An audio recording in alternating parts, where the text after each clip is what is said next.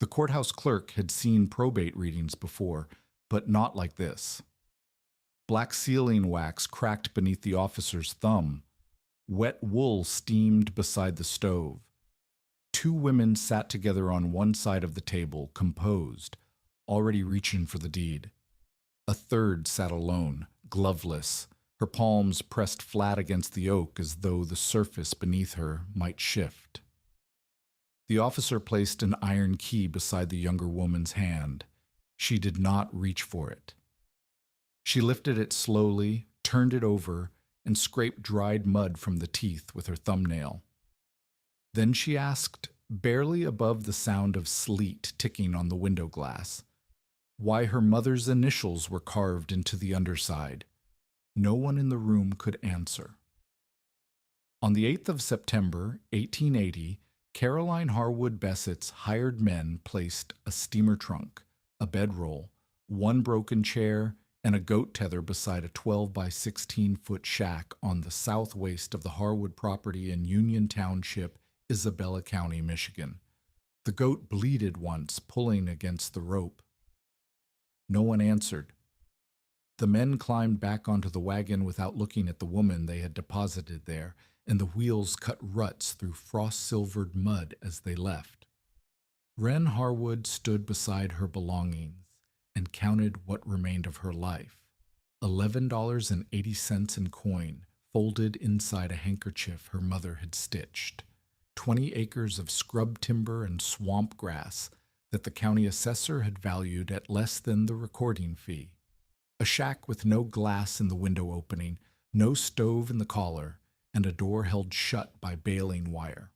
The main Harwood farm, the farmhouse, the barns, the livestock, the 7 cords of split oak and maple, the hay, the pastures, the tools, all of it belonged to Caroline and Martha now. Edwin Harwood's will had divided the property between his 2 elder daughters from his first marriage. Wren received the parcel Edwin had called the South Waste and former Sugar Shack, the land he had always considered her mother's useless experiment. She could not leave. She had no fare for a train, no relatives beyond Isabella County willing to take in a mixed heritage woman with no income. And if she abandoned the parcel, Caroline could purchase it at the March tax sale for the $12 Wren owed in county charges. The only land connected to Margaret Harwood, to her mother's name, her mother's work, her mother's memory, would pass to the woman who had spent a decade pretending Margaret's knowledge was superstition. So Wren wrapped the goat's tether around a stump and pushed open the wired door. Inside, the shack smelled of mouse nesting and wet earth. Frost had already silvered the interior mud floor. The roof leaked in 3 places she could see, and probably more she could not. The iron collar, where a stove had once connected to the chimney flue, gaped open, a circle of rust and cold air. Along the north wall, the sill log had rotted soft enough to push a thumb through. There was no cellar, no grain, no root store. Less than half a cord of damp windfall stacked against the east side, branches too thin to hold heat and too wet to catch without coaxing. She had 14 weeks before deep winter. Lemuel Pritchard arrived 3 days later. He came not out of sympathy, but out of duty.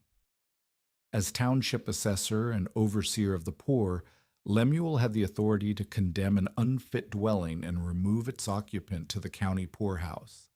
He was 59 years old, built like a fence post weathered to iron, and he had survived 30 Michigan winters by a philosophy of counting everything and trusting nothing he could not count. He walked the shack the way a man walks a property he expects to condemn. He pressed the north sill with his boot heel and watched it compress. He looked up through the roof gaps at the gray sky. He ran his hand along the empty stove collar and pulled it back, coated in rust scale. He counted the windfall pile in seconds. "Half a cord," Lemuel said, "and most of it green." Wren did not argue the number. She knew it was generous.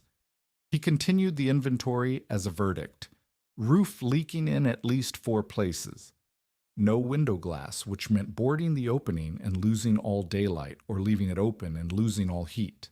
The north sill would not survive a hard freeze. Water would enter the rotted wood, expand, and the wall would shift. No cellar meant no root storage, which meant no food that could survive below freezing without spoiling. "You need 5 cords minimum to heat even this box through January," Lemuel said. "Hardwood, seasoned, split. You need a stove, and a stove that fits this collar will cost you between $4 and $6 if you find one cracked enough that nobody else wants it. You need glass or heavy oilcloth. You need food you cannot buy because you do not have money and cannot grow because the season is finished. You need roof repairs you cannot make because you have no tar, no shingles, and no ladder." He closed his account book. "You do not have a house. You have something wind has not finished taking apart." Wren asked him how long she had before he could legally remove her. Lemuel paused. He was not a cruel man, which made him more dangerous than a cruel one. A cruel man she could hate. Lemuel was simply accurate. "If you are still here in October without a working stove and sealed roof, I will have no choice. The township cannot leave a woman to freeze and then explain to the county why nobody intervened." He left. Wren sat on the broken chair and looked at the frost on the floor. She ran the numbers herself because she had learned numbers from her mother, and her mother had never allowed wishful arithmetic. She could cut perhaps a quarter cord per week. Her left wrist, injured 2 years earlier when a splitting maul glanced off a frozen knot, ached when she gripped anything heavier than a pail for more than an hour. 14 weeks of cutting at a quarter cord gave her 3.5 cords at most, and that assumed no rain days, no illness, no wrist failure, and no time spent on any other task. Lemuel said 5 was minimum. 5 cords of hardwood meant roughly 20 full days of cutting, hauling, splitting, and stacking for a strong man with 2 good arms and a decent axe. She had 1 questionable wrist, a handsaw with a slight bow in the blade, and no horse to drag timber. Her $11.80 could buy a cracked second-hand stove or 2 weeks of cornmeal and salt pork. Not both. The $12 tax and recording charge due in March would consume everything she earned between now and then. There was no margin. There was no path through the arithmetic that ended anywhere except the poorhouse, and the poorhouse meant Caroline would take the land, and then nothing of Margaret would remain in the ground she had worked. That first night, Wren could not sleep. The broken chair was the only surface above the frozen mud, and the chair held weight only if she sat perfectly still. The goat pressed against the exterior wall and made small sounds that might have been comfort or complaint. Wind entered the window opening and stirred the mouse-chewed remnants of burlap that someone, Margaret probably, had once tacked across the frame. Wren had positioned her bedroll near the back wall because the wind was weaker there.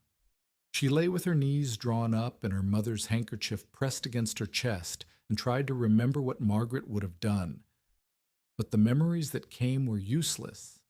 Margaret kneeling in a garden, Margaret counting jars, Margaret pressing her palm against a stone floor and telling 8-year-old Wren to feel the difference.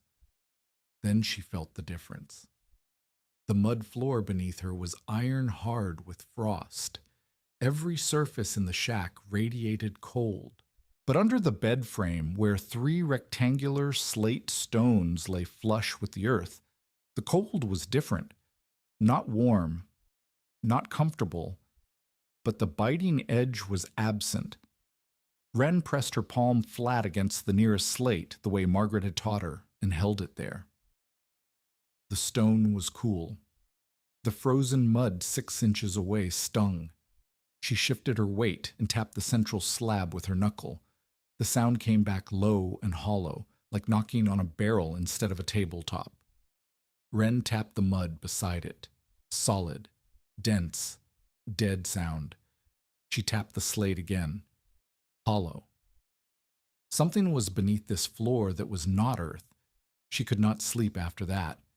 She tried the handsaw against the slate edge and managed to work the tip into a seam, but the blade flexed dangerously and the bow worsened. She leaned harder. A corner of the central slab cracked and broke away, a triangle of gray stone the size of her palm. Through the gap, air rose. Not cold air, not warm enough to heat anything, but unmistakably different from the night, damp, faintly mineral, carrying a smell she could not name, but that stirred something deep in her memory, like a root cellar but without the rot, like a cave but without the stone water chill. She pressed her face close to the crack and breathed in. The air tasted of earth and old wood and something dry and faintly sweet that might have been grain dust or dried apple. Margaret had left something beneath this shack, something Lemuel did not know about, something Caroline did not know about, something Edwin had never bothered to investigate because he had dismissed everything Margaret built as a waste of time and good lumber. But the crack was 3 inches wide, and the slab weighed more than Wren could lift with her hands. She needed a pry bar, and she did not own one, and she had no money to buy one, and no credit at any store in the township. She lay back down on the bedroll and pressed her palm against the slate, and felt the air moving through the gap like breath from a sleeping mouth, and she did not sleep, and she did not leave. 2 days later, Wren bartered 4 hours of harness mending for the loan of a pry bar from a farmer named Edsall, who did not ask what she needed it for because he did not consider her situation interesting enough to question. She carried the bar back to the shack at dusk and worked by the light of a tallow stub she had found in the trunk. The central slate weighed more than she expected. She wedged the bar under the longest edge and pulled with both arms, and her wrist sent a bright wire of pain from knuckle to elbow. The slab shifted a 1/4 inch. She repositioned, braced her boot against the bed frame, and pulled again. The stone ground sideways across the mud and revealed a dark rectangle roughly 2 feet by 3 feet. Below it, timber stairs descended into blackness. The stairs were narrow, barely wider than her shoulders, and built from squared logs fitted without nails. The wood was damp but sound. She could see 4 steps before the darkness swallowed the rest. The air that rose from the opening was steady, cool, and carried no smell of standing water or collapse. Wren took the tallow stub and went down. 7 steps, then a landing, then a plank door, swollen with moisture, wedged tight in its frame. She put her shoulder against it and pushed. Nothing. She kicked the base.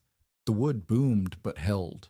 She kicked again, harder, and the bottom edge scraped inward 2 inches. She dropped to her knees and shoved with both hands, and the door swung open into a space that swallowed her candle light. A room, 6 feet by 8 feet, with timber walls and a plank ceiling, barely high enough to stand beneath. Not the full underground structure Margaret's memory had promised. An entrance, a vestibule. The air here was cool, not the biting 40 below zero surface cold that would come by January, but the stable chill of earth that had not seen sky in years. On a shelf built into the left wall, Wren found 2 glass lamp chimneys, a wrapped plumb bob, a stick of chalk, and a folded sheet of paper sealed in oilcloth. She unwrapped the paper with fingers that shook from cold and discovery both. Margaret's handwriting, small, precise, slanted slightly, left the way Wren remembered. The note began, "Wren, do not warm what must stay cold, and do not seal what must breathe." Below the words, a hand-drawn plan. Not architectural drafting. Margaret had never been taught that, but clear enough. Rectangles arranged around a central passage, each chamber labeled in Margaret's careful print: cold, dry, fire, air, lines marking doors, arrows marking airflow, small numbers noting measurements. Wren held the plan close to the tallow flame and tried to read it complete, but the stub was dying and the oilcloth had preserved the ink unevenly. She could see enough. Margaret had not simply dug a cellar. She had designed a system, rooms with different purposes, separated by doors, connected by passages, ventilated by ducts she had marked with directional arrows. How long had this been here? The timber was not new. The joinery was not amateur. Someone with real skill had cut these posts and fitted these planks. Margaret could not have built this alone. The labor required to excavate even this entrance chamber, shore the walls, square the timbers, and conceal the opening beneath fitted slate was the work of multiple people across multiple seasons. Margaret had planned this, not in weeks of desperation, but across years of quiet, deliberate preparation. She had designed it, begun it herself, and brought in help to finish it. People she trusted, people who kept silence, people who understood why a woman married to a man who dismissed her judgment might need to build something he would never find. But the plan showed rooms Wren had not yet reached. The entrance chamber was only the beginning. Behind the far wall, Margaret's drawing showed a passage leading to the main complex, and Wren could see, in the wavering tallow light, a second plank door set into the earth wall opposite the shelf. She tried the door. It held. Not swollen shut like the first, this one was latched from the other side with a drop bar she could feel through a finger-width gap. Margaret had secured the interior against entry from the stair. Whatever was beyond this door, Margaret had intended it to be found only by someone who knew it existed and who understood the plan well enough to find the release. The tallow died. Wren stood in absolute darkness, 6 feet below the shack floor, holding her mother's map, breathing air that smelled of earth and cedar and careful, patient work, and she understood that the inheritance Caroline had dismissed as worthless was not 20 acres of scrub. It was this, but understanding did not mean safety. The entrance chamber proved nothing about what lay beyond the locked door. The timbers might be crushed. The rooms might be flooded. 12 years of Michigan groundwater and frost heave and settling soil could have turned Margaret's careful design into a collapsed tomb. And even if the structure held, Wren did not know whether Margaret had stored anything inside, whether the cold and dry chambers contained food or empty shelves, whether the fire chamber held fuel or just an iron collar and a dream. She climbed back up the stairs with the plan pressed against her ribs and sat on the broken chair and waited for dawn. She found the latch release the next morning. A wooden pin recessed into the door frame, invisible in darkness, obvious once she traced the frame edges in gray daylight filtered through the stair opening. She pulled the pin. The drop bar fell with a sound like a mallet striking oak. The door swung inward. The air that greeted her was different from the entrance chamber. Warmer was the wrong word. Stable. The cold had no teeth. Margaret's plan called this passage the connector, and it ran 8 feet to a junction where Wren could turn left toward the chamber marked fire or right toward the chamber marked cold. She went left first because fire meant heat and heat meant survival. The living chamber was 10 feet by 14 feet with a 7-foot ceiling, timber walls, clay plastered smooth, whitewashed at some point in the past, a raised plank floor, not sitting on the earth, but elevated on short log pilings, creating a gap that would keep moisture from wicking into bedding.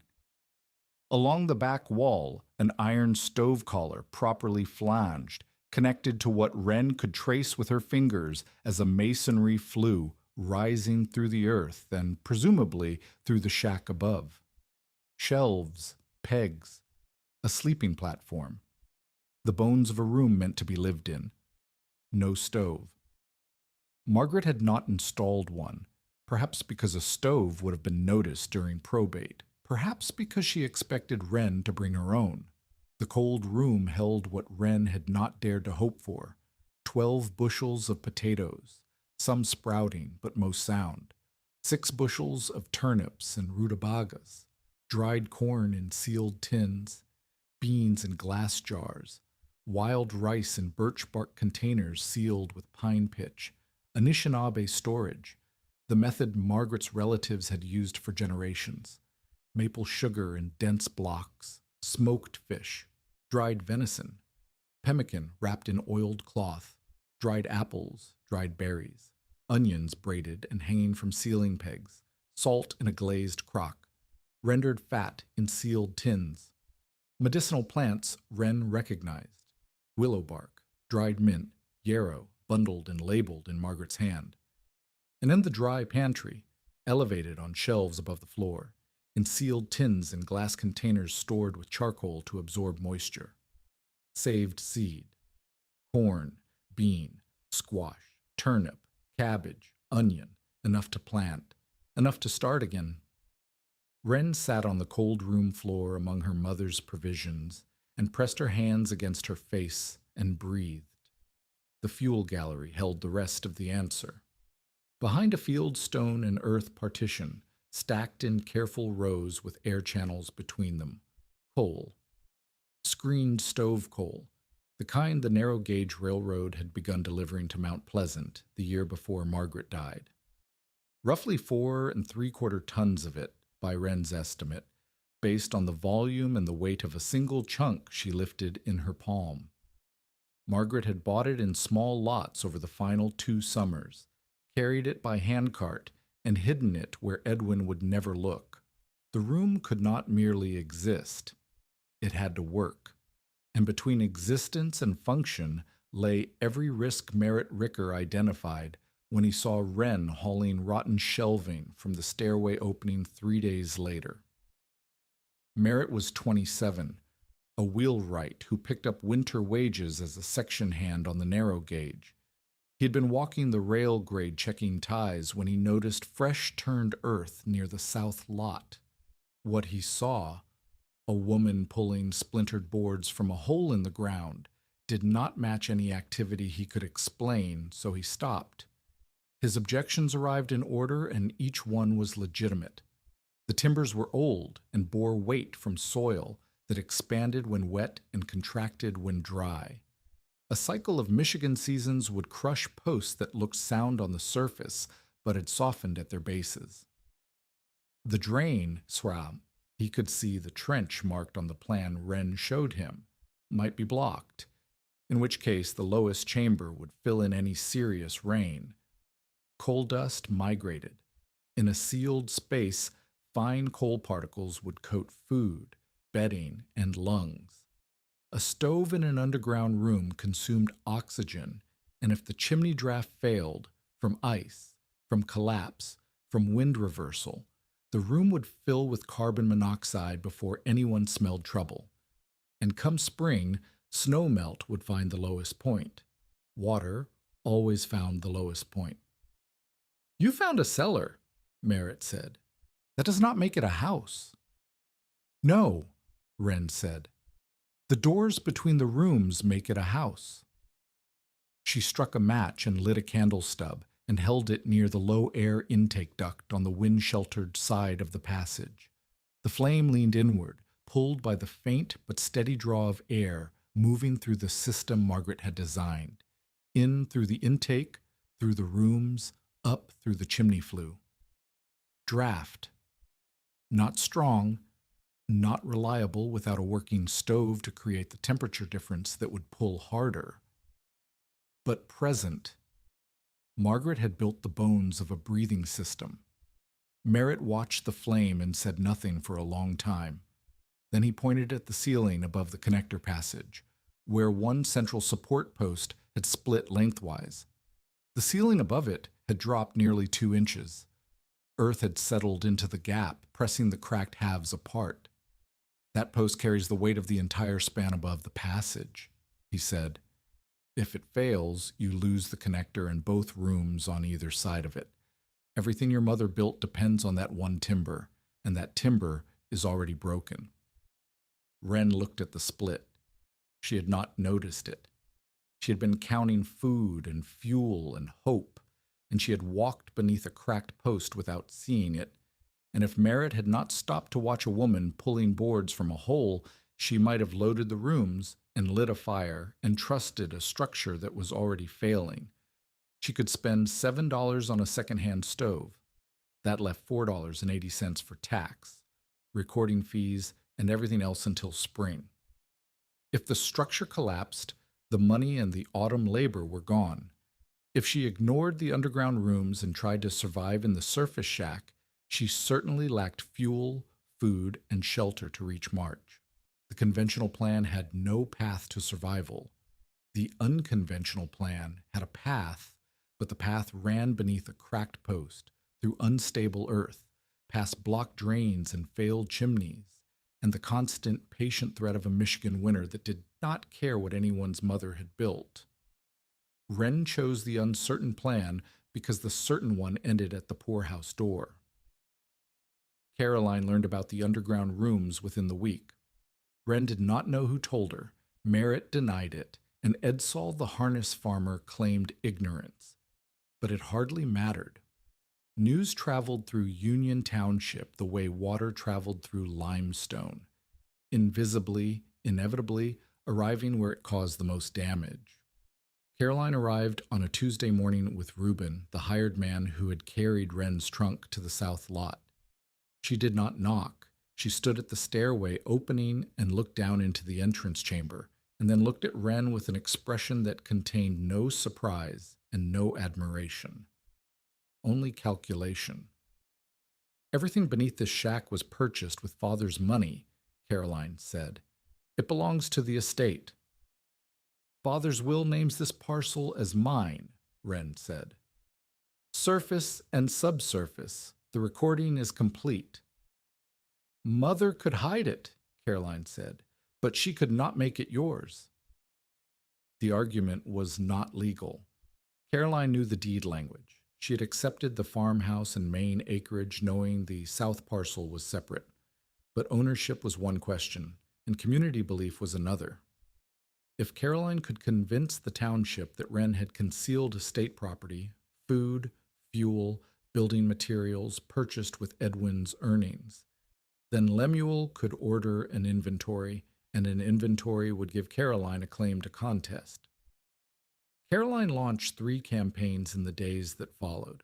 She told Fenneman, the storekeeper, that Wren had stolen provisions from the farmhouse cellar and hidden them underground. She warned neighbors that the underground room was structurally unsafe and that Wren was endangering herself and anyone who visited. And she encouraged Lemuel to condemn the shack before winter, which would force Wren into the poorhouse and leave the parcel unoccupied. At the general store the following Saturday, Caroline described Wren's project to 4 customers and a freight driver waiting for his team to be reshod. She called it digging herself a grave. The freight driver laughed. 2 of the customers shook their heads. The phrase had the quality of something that would be repeated because it was brief and cruel and easy to remember. Lemuel was in the store. He did not laugh, but he did not correct Caroline either. When Wren entered to buy a pound of salt, the only purchase she could justify, Lemuel repeated his assessment to her face in front of the customers, as though she had not already heard it from his own mouth. That shack will be a grave by January. The storekeeper refused further credit. A farmer named Durfee withdrew an offer of leftover roofing scraps. Children began calling the south lot Wren's Burrow. Martha visited once, privately, and asked Wren to surrender the land before Caroline became truly vindictive. Martha's eyes were tired, and her 8-year-old son Owen stood behind her like a boy who had learned that standing behind someone was safer than standing beside them. Wren did not explain the cash. She did not describe the rooms. She asked Lemuel to return in 4 weeks with his thermometer and his account book, and she watched his expression shift from pity to something harder, the irritation of a man who believed he was being ignored by someone too stubborn to accept arithmetic. She continued because of the ledger. Tucked behind the seed tins in the dry pantry, Wren found a notebook bound in oilskin. Margaret's hand again, but different from the note and the plan. This was not instruction. This was data. 11 winters of entries. Dates. Outside temperatures estimated by ice formation on the well pump. Interior chamber readings taken from a spirit thermometer Margaret had hung on a nail. Food consumed, fuel burned, spoilage recorded, drainage noted.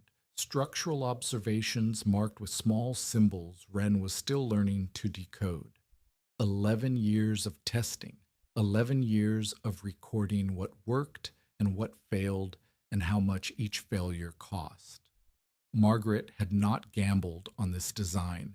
She had measured it season after season in the patient handwriting of a woman who understood that her husband would not listen and her stepdaughters would not care, and the only person who might someday need this room was the daughter who had been taught to press her palm against stone and feel the difference. The last page of the ledger contained a column Margaret had begun but never completed. At the top, in careful letters, "People the room can carry." Below it, blank lines waiting for numbers. Margaret did not live long enough to fill in. Wren brought the split timber pin from the cracked post and Margaret's chamber drawing to a small house 2 miles east of the south lot, where a man named Clement Tregear lived alone with a wood stove, a shelf of hand tools, and a reputation for being difficult to talk to and impossible to fool. Clement was 63, Cornish-born, a mine carpenter in Jackson County for 19 years before his knees failed and his daughter married a clerk in Toledo. He had built shaft cribs, bridge timbers, and ore skip framing in conditions where a miscut brace meant a ceiling falling on 12 men. He had come to Isabella County for cheap land and quiet, and had found both along with a general conviction among his neighbors that he was unsociable, which suited him because most of his neighbors did not know the difference between a load-bearing post and a fence rail. Wren placed the timber pin on his table. Clement picked it up, turned it, and stopped. He held it close to the window light and ran his thumb along an angled notch near the head. "Where did you find this?" he said. Not a question, a demand. "In a chamber beneath a shack on my mother's land." "Your mother being Margaret Harwood?" "Yes." Clement set the pin down carefully. The notch was his. An offset chisel mark he cut into every pin he shaped, a habit from mine work where identification meant accountability, and accountability meant someone could be blamed when a brace failed. He had not seen this pin in more than a decade. He did not explain. He asked Wren a question instead. "The post in the connector passage, which direction has the ceiling moved?" Wren could have guessed. She did not guess. She described the crushed north shoulder of the post, the dry scrape mark where the beam had shifted south under pressure, and the earth that had settled into the gap from above. Clement watched her face while she spoke. She was not performing. She had looked. She had seen the marks and understood what they meant, not because someone had taught her structural analysis, but because she had pressed her hand against enough surfaces to know which ones were moving and which ones were still. "Your mother hired me," Clement said. "She paid from wages she saved managing provisions for your father's lumber crew. 3 of her relatives helped clear the spoil and hauled it to a drainage embankment where it looked like fill from a road grading. I built the cribbing, the flue, and the drain. She designed the rooms. Her food arrangement was more careful than anything I saw in the mines." He stopped.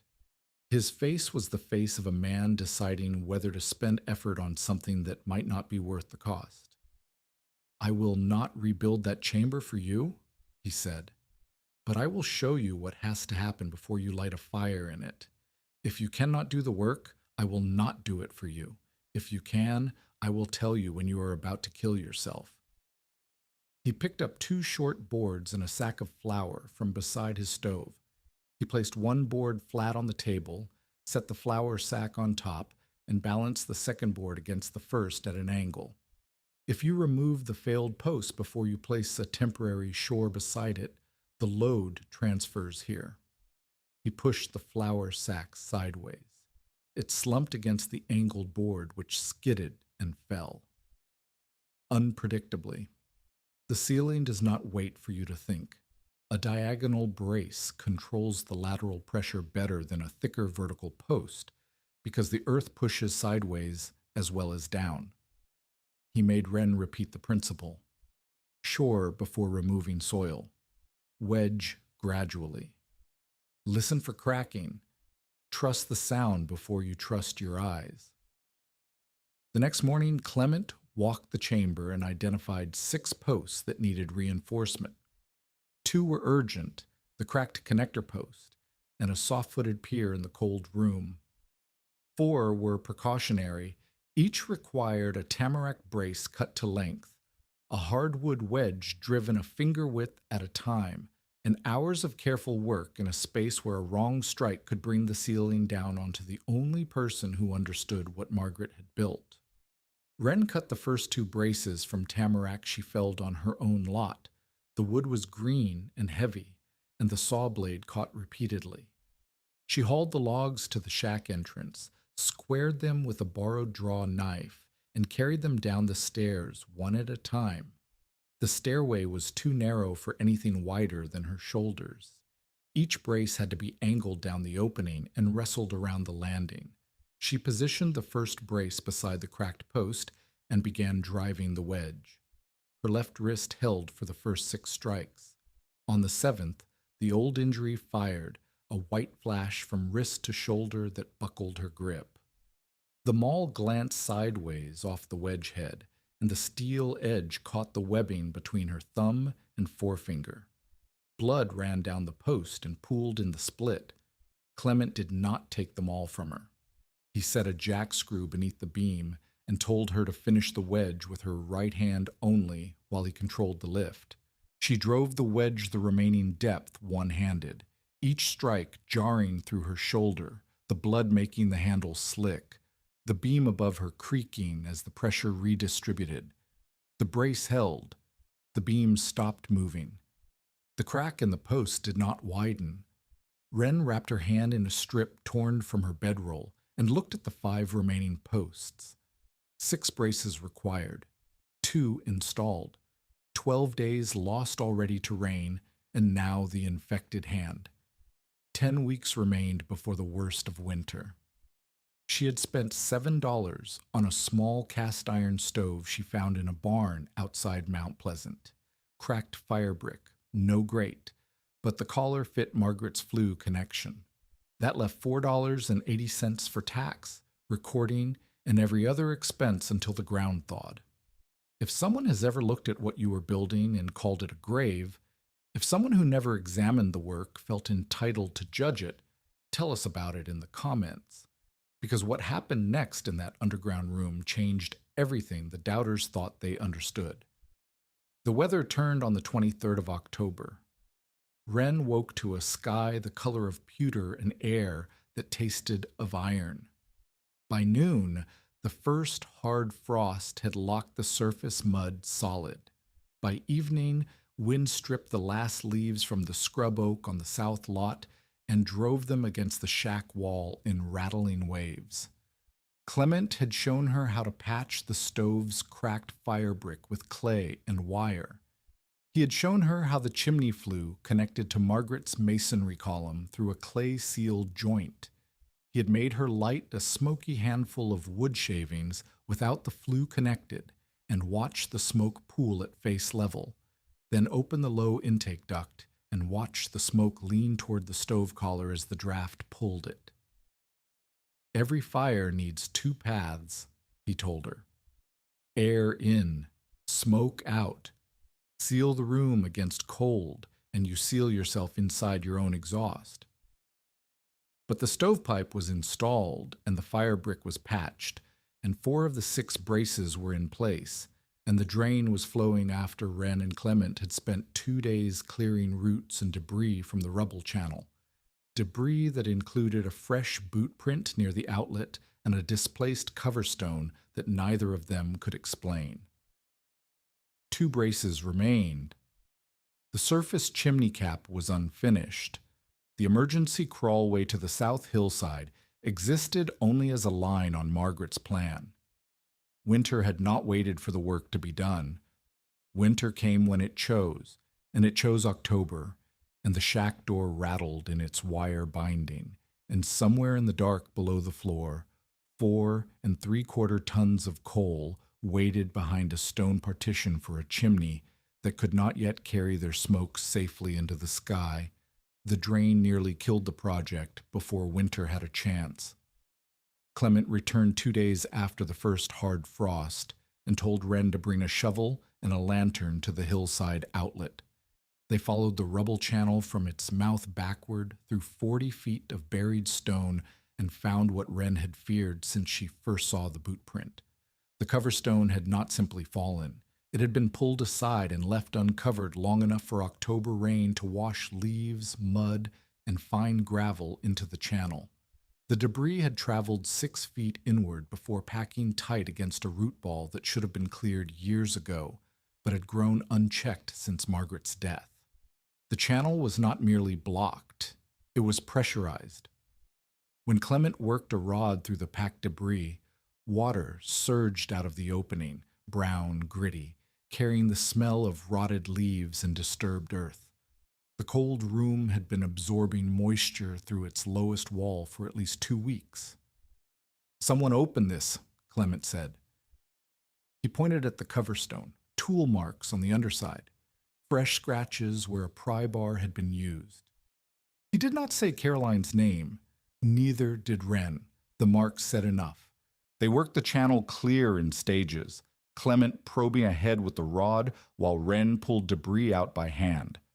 The water slowed to a steady trickle, and then to the faint seep that Margaret's design intended, groundwater finding its way downhill through stone, never pooling, never rising to floor level. Clement showed Wren the principle the way he showed everything, through the material itself. "Water does not attack," he said. "It accepts the lowest invitation. If your floor is lower than your drain, the water stays. If your drain is lower than your floor, the water leaves." Your mother understood this. She graded the cold room floor to slope roughly 1 inch across 6 feet toward a stone sump in the corner. The sump connects to the rubble channel. The channel connects to the hillside. Every joint in that chain must be open, or the lowest room becomes a cistern. They established a removable grate over the sump for clearing silt. They capped the outer passage with a fitted stone and packed clay around it. They laid raised plank walkways in the cold room to keep stored food and bedding above the damp earth. And Clement made Wren check the drain outlet every 3 days, regardless of weather, until her hands learned the difference between a flowing channel and a blocked one by touch alone. The remaining 2 braces went in during the last week of October. Wren's infected thumb had closed but not healed, a hard red seam that split open whenever she gripped the maul. She wrapped it in boiled cloth and worked with her jaw clenched and her breath shallow, because deep breaths made her cough, and coughing made her grip slip. The coal dust had found her lungs. Fine black particles drifted from the fuel gallery every time she opened the partition door, and she had been breathing it for days before Clement told her to seal the door edges with clay and strips of wool. She sealed the fuel door. She lime-washed the living room walls with a slurry mixed from limestone she had burned in the stove, Clement's instruction, applied with a rag tied to a stick because the brush she owned had lost half its bristles. The lime wash brightened the room, reduced moisture on the clay surfaces, and made the space feel less like a hole and more like a place a person could endure for months. She moved the seed tins. This nearly cost her the spring. She had placed 3 containers against the exterior earth wall of the dry pantry, where the temperature was coldest and most stable, but the earth wall wept. Not visibly, not a stream or even a drip, but a slow, persistent dampness that condensed on the cool tin surfaces and worked its way past the lids. She found the first sign when she opened a tin of bean seed and smelled mold instead of dry legume. The outer layer of beans had softened and begun to rot. She lost a quarter of the bean seed before she caught it. The rest she moved to Margaret's elevated shelving, where charcoal and dry ash pans kept humidity low. Clement did not need to explain why. The lesson was in the ruined beans. Moisture killed stored seed as surely as fire, and more quietly. By the 1st of November, the progress stood where it needed to stand and nowhere else. All 6 braces installed. Living room sealed, lime-washed, and fitted with the repaired stove. Fuel partition closed with clay-sealed edges and the wool gasket. Dry pantry elevated and reloaded. Cold room drained, grated, and walkway planked. The drain flowing. The stove operational. The fire brick patch holding. The 5-inch stovepipe connected through a clay-sealed joint to Margaret's masonry flue. But the surface chimney cap remained a length of exposed pipe, rising 2 feet above the shack roof with no protection against wind-driven snow or rain. And the emergency crawlway existed as a narrow, unfinished cut through the south hillside, too tight and too rough to use in darkness without injury. Wren had lost 11 pounds. Her thumb infection had cost her fine grip in the left hand. She slept in 2-hour stretches between stoking cycles, checking the stove draw, listening for the creak of timber under shifting loads. She ate from the cache, carefully, measuring each portion against Margaret's consumption records. But the work burned more than the food replaced, and she could feel the difference in the way her clothes hung and the way her ribs pressed against the bedroll at night. Caroline arrived on November 3rd with a probate petition and a man named Aldrich, who introduced himself as acting on behalf of the estate. The petition demanded a full inventory of all goods stored beneath the shack, on the grounds that materials purchased during Edwin Harwood's lifetime belonged to the combined estate regardless of which parcel they occupied. Wren stood at the top of the stairway and did not invite them down. Clement was already there. He had come that morning to check the stovepipe joints and had stayed because the weather smelled wrong to him, a phrase he used without irony because 63 years of reading skies had taught his sinuses things his eyes confirmed later. Caroline looked at Clement and addressed him like a man she was doing a favor by acknowledging. "You helped her hide estate property," Caroline said. "You know what is down there." Clement produced a receipt ledger from his coat. The pages were water-stained and the ink had faded, but the entries were legible. Dates, amounts, descriptions. Margaret had paid him $4.50 across 3 summers for timber work, flue construction, and drainage excavation. The payments came from wages Margaret had earned managing provisions for Edwin's lumber crews, money that was hers, documented in Edwin's own payroll records. "Your stepmother hired me," Clement said. "She paid me from her earnings. She designed the rooms. I built what she drew. If you want to claim her wages were your father's property, take it to a judge. But do not call me a thief on a porch I helped build." Caroline did not back down. She called Clement confused. She called the receipts fabrications. She turned to Aldrich and said the estate would pursue a formal accounting. Wren showed Margaret's signed account pages, the ones recording purchases, dates, and sources. She did not reveal the full store quantities. She did not mention the coal tonnage or the food inventory or the seed collection. She showed enough to establish Margaret's ownership and nothing more. Aldrich studied the pages, studied the receipts, and told Caroline that a judge would need to see the original will language before any inventory could be compelled. Caroline left without entering the stairway, but the set of her shoulders as she walked to the wagon told Wren everything about what would come next. Caroline did not need a legal victory. She needed January. A week later, Merritt Ricker returned. He had heard about the probate petition at the rail depot, and he had heard about the chimney cap from Lemuel, who had passed the shack and noticed the exposed pipe. Merritt brought a piece of scrap iron he had cut and bent into a damper plate, a flat disc that could be rotated inside the stovepipe to control draft without closing the pipe entirely.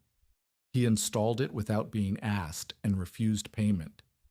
Their exchange at the stove was brief and carried the weight of everything unresolved between them. "It may keep you alive," Merritt said. "That is not the same as making it safe." "Then help me find what is still unsafe," Wren said. He stayed until dark, checking joints, testing the flue draw at different damper positions, and marking 2 spots where the stovepipe radiated enough heat to scorch the timber wall behind it. He cut a sheet iron heat shield from a piece of stove plate he had brought in his tool bag and mounted it with wire. It was not elegant work. It was competent work performed by a man who had stopped pretending he was only curious. On the 14th of November, a late-season storm dropped wet, heavy snow. The unfinished chimney cap caught it.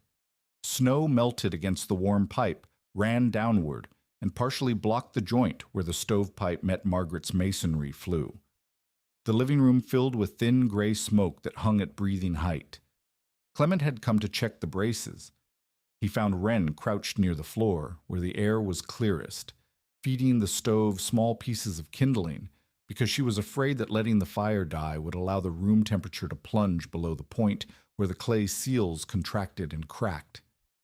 He pulled her out through the stairway and into the freezing shack above. "The chamber is not ready," he said. Wren stood in the shack with smoke-stung eyes and her hand pressed against the slate hatch frame and the cold biting through her clothes, and she did not argue, because he was right. What Clement meant was that the chimney needed to rise above the roof ridge, where wind would draw the smoke upward instead of pressing it back down, and the top needed a cap that she'd snow while preserving draft. What he did not say, but what they both understood, was that this work required someone on the shack roof in weather that had already turned dangerous, and Clement's knees had not allowed him on a roof in 4 years. Merritt came back on a cold Saturday. Together, he and Wren extended the chimney with salvaged pipe sections, raising it 3 feet above the ridgeline. They built a sloped wooden cap from cedar boards Merritt had pulled from a rail-side debris pile, angled steeply enough to shed wet snow, open on 2 sides for draw, narrow enough to block direct entry of wind-driven ice. The emergency crawlway took another 2 days. They opened a passage through the south hillside earth, roughly 2 feet wide and 3 feet tall, framed with short timbers and concealed behind brush on the outer face. It was too small for comfort.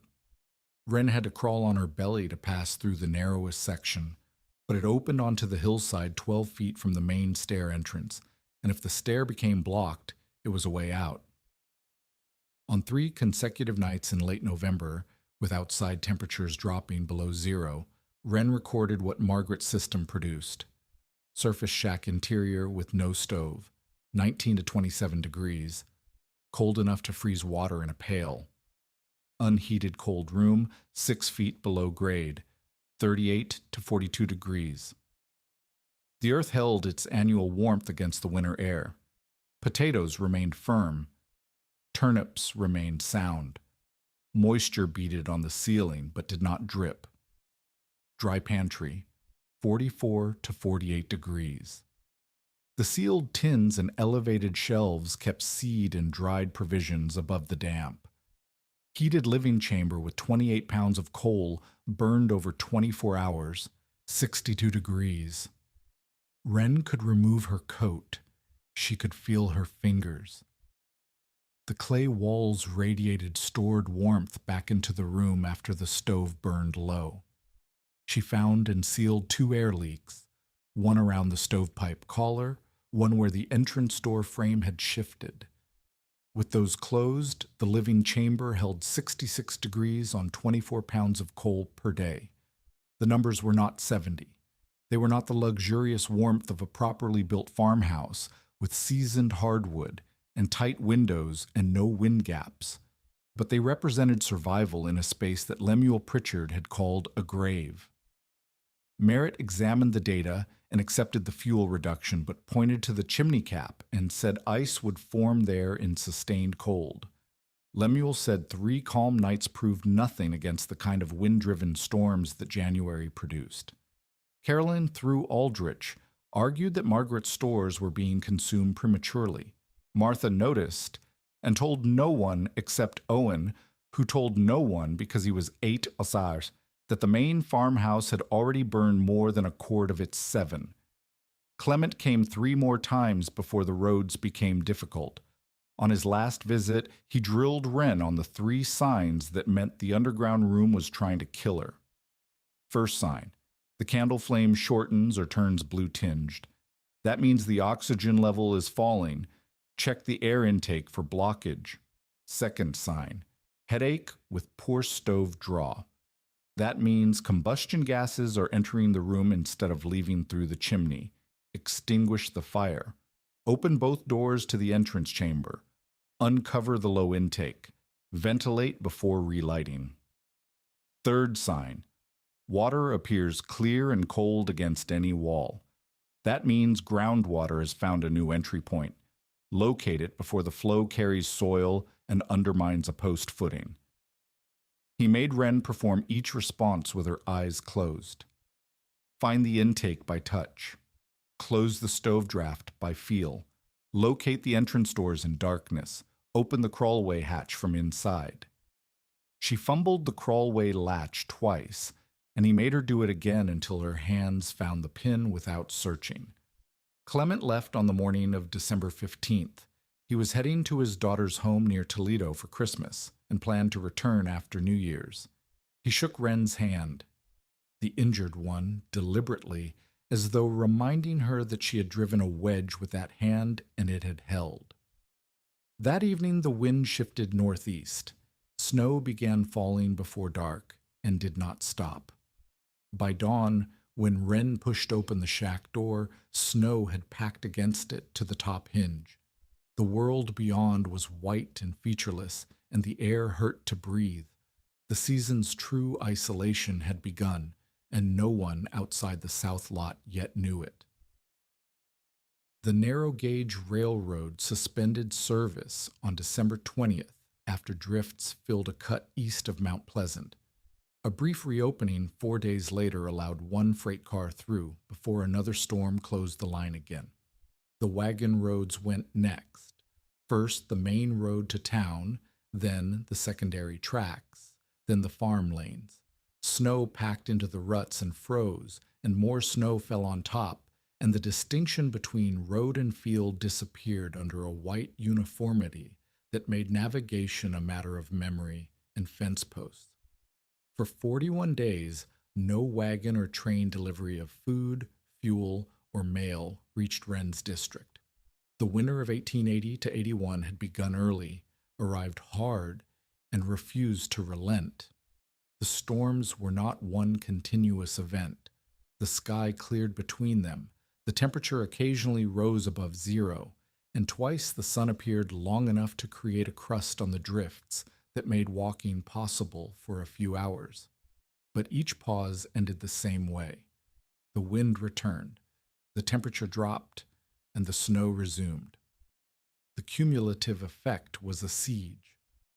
The district was cut off not by a single catastrophe, but by a relentless sequence that closed every supply line and kept it closed. In the main Harwood farmhouse, Caroline managed nearly 2,000 square feet of heated space. Multiple exterior walls with loose window sash bled warmth into the wind. A large kitchen range and two parlor stoves consumed wood at a rate that assumed the original 7.5 cords would last comfortably through March. Carolyn kept all three stoves burning because closing rooms would signal to Martha, to Reuben, to the hired man Peter Dace, that the fuel situation was not what she had promised. By the third week of January, the farmhouse had burned through 5 cords. Caroline's household fed fence rails into the kitchen range. They broke apart a damaged plow frame for the parlor stove.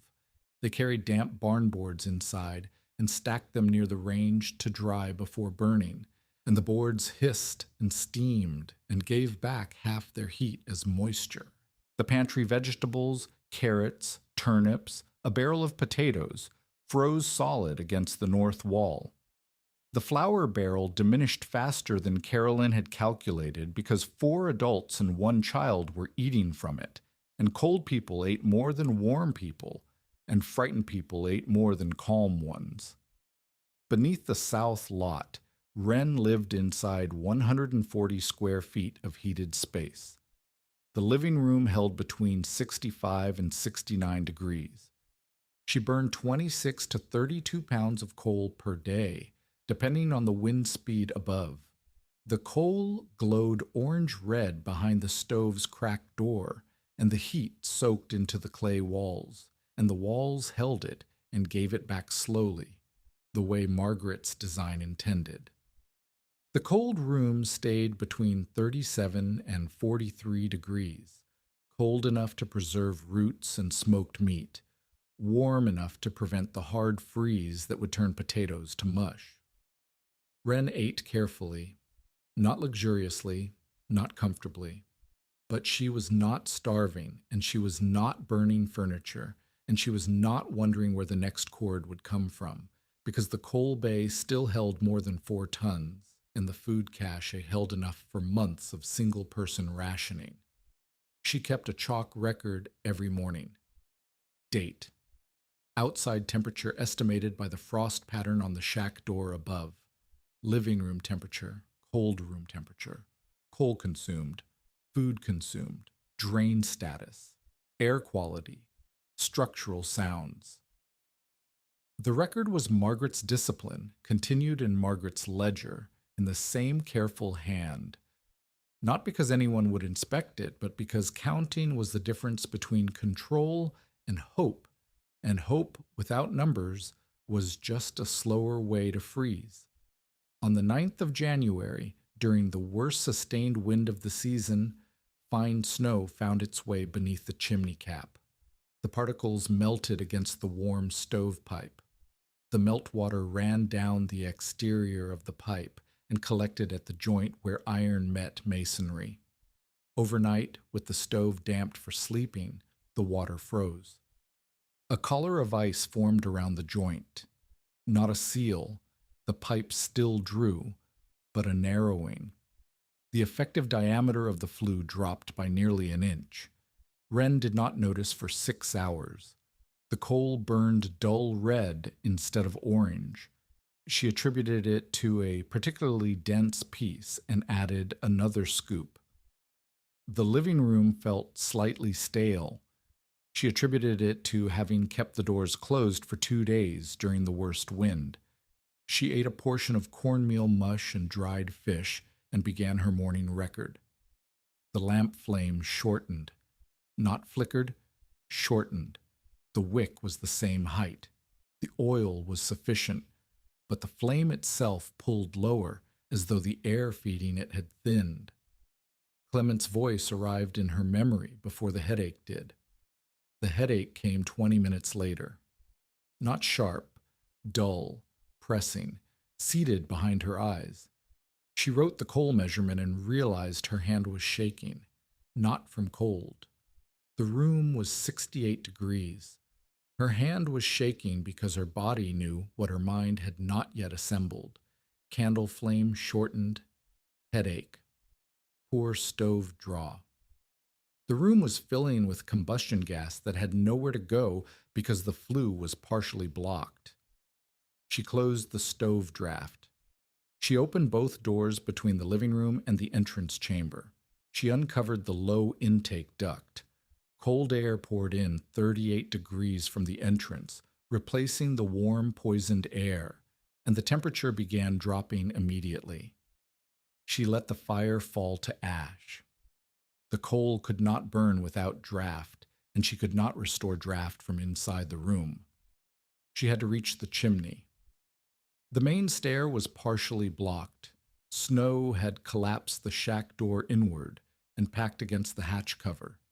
She could force it open part way, enough for her shoulders, but the snow above was dense, and climbing out meant tunneling upward into a drift of unknown depth. The crawlway. Clement had made her practice the latch in darkness. She found it on the second try, pulled the pin, and shoved the hatch open. Cold hit her face like a hand. The passage was tight, 2 feet wide, 3 feet tall, and she crawled through it on her elbows with the iron rod from the stove kit clenched between her teeth. She emerged on the south hillside in near-zero visibility. Wind drove snow horizontally. She could not see the shack roof 10 feet above her.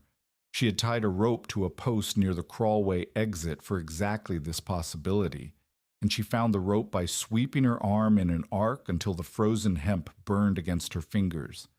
She climbed. The roof was ice-crusted snow over shingles she could feel but not see. She crawled on her stomach to the chimney, feeling for the warm pipe through her mittens. The cap was intact.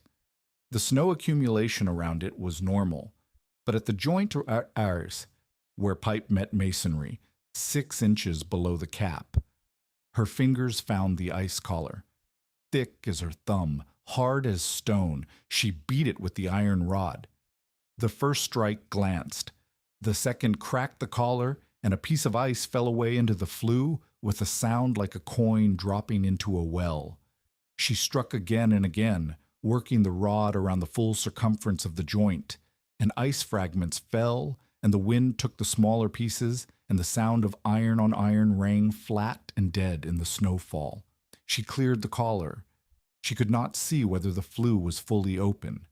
She lowered the rod into the pipe and felt for obstruction, and found none. She crawled back down the rope through the drift into the crawlway and emerged in the entrance chamber, shaking so violently that she could not close the hatch for 3 tries. The living room had dropped from 68 to 49 degrees. The clay walls were cold to the touch. Every hour of stored warmth had bled out through the open doors and intake duct. She closed the doors, relayed the fire with careful hands, opened the damper 1/4 turn, and watched the smoke. It rose. It entered the pipe. It did not pool. She fed the stove slowly for 4 hours, bringing the room back to 55, then 60, then 64. Her hands would not stop trembling until well after midnight. She wrote in the ledger, "Flue iced, cleared from roof. Room fell to 49. Fire restored. I did not recognize the signs quickly enough." The room Lemuel had called a grave had nearly become one, not because it failed, but because Wren had not listened to the warnings fast enough. Clement's drill had saved her. Margaret's crawlway had given her the exit. Her own delay had almost made both irrelevant. Martha came on the 14th of January, dragging Owen on a hand sled. Wren heard the sound first, a scraping rhythm on the crusted snow, too slow and too regular to be wind. She opened the shack door into the trench she had dug to keep the entrance clear, and saw Martha 20 yards away, leaning into the drag rope like a woman pulling a plow. Owen was bundled in every piece of clothing Martha owned. He was not moving. Wren reached them in the trench. Owen's face was gray-white. His eyes were open but unfocused. He was shivering but weakly, the shallow, irregular trembling of a body that was running out of fuel to burn. Martha's right hand, the one that had gripped the rope, was frostbitten, the fingers swollen, waxy, colorless. The stove cannot keep water liquid overnight. Martha said. Her voice was flat, emptied of everything except the sentence she had come to deliver. Owen has not kept food down since yesterday. Caroline will not leave. Wren did not take Owen to the living chamber. She brought him to the entrance chamber first, 40 degrees instead of 65 Vox, and wrapped him in dry blankets and held him against her body and waited. Warming a cold person too fast could kill them. She did not know the medical term. She knew what Margaret had told her, which was that a body chilled to its core needed to return slowly, or the heart could stop. Owen warmed, his shivering strengthened. Deep, whole-body shudders that shook the blankets. And Wren recognized this as improvement because strong shivering meant the body was fighting. When his color returned and his eyes tracked her face, she moved him to the living chamber and placed him on the sleeping platform nearest the stove. Martha sat on the floor and stared at the clay walls and the lime wash and the glow behind the stove door and the temperature. Wren's thermometer read 66, and said nothing for a long time. Then she said, Mother built this. Yes, Wren said. She built this, and we gave you the mud. Wren did not answer because the answer would not help either of them. The extra occupants changed the room immediately. More moisture condensed on the cold walls, breath from 3 people instead of 1. Wet clothing draped near the stove, the door opening and closing twice as often. Martha's soaked coat and boots added humidity that the small space could not absorb without increasing ventilation, which meant opening the intake wider, which meant losing heat. Wren moved the wet clothing to the entrance airlock and increased the stove feed by 4 pounds per day. 2 days later, the situation at the farmhouse collapsed. Reuben had tried to reach a distant woodlot on snowshoes, believing he could drag back enough fuel to heat the kitchen for another week.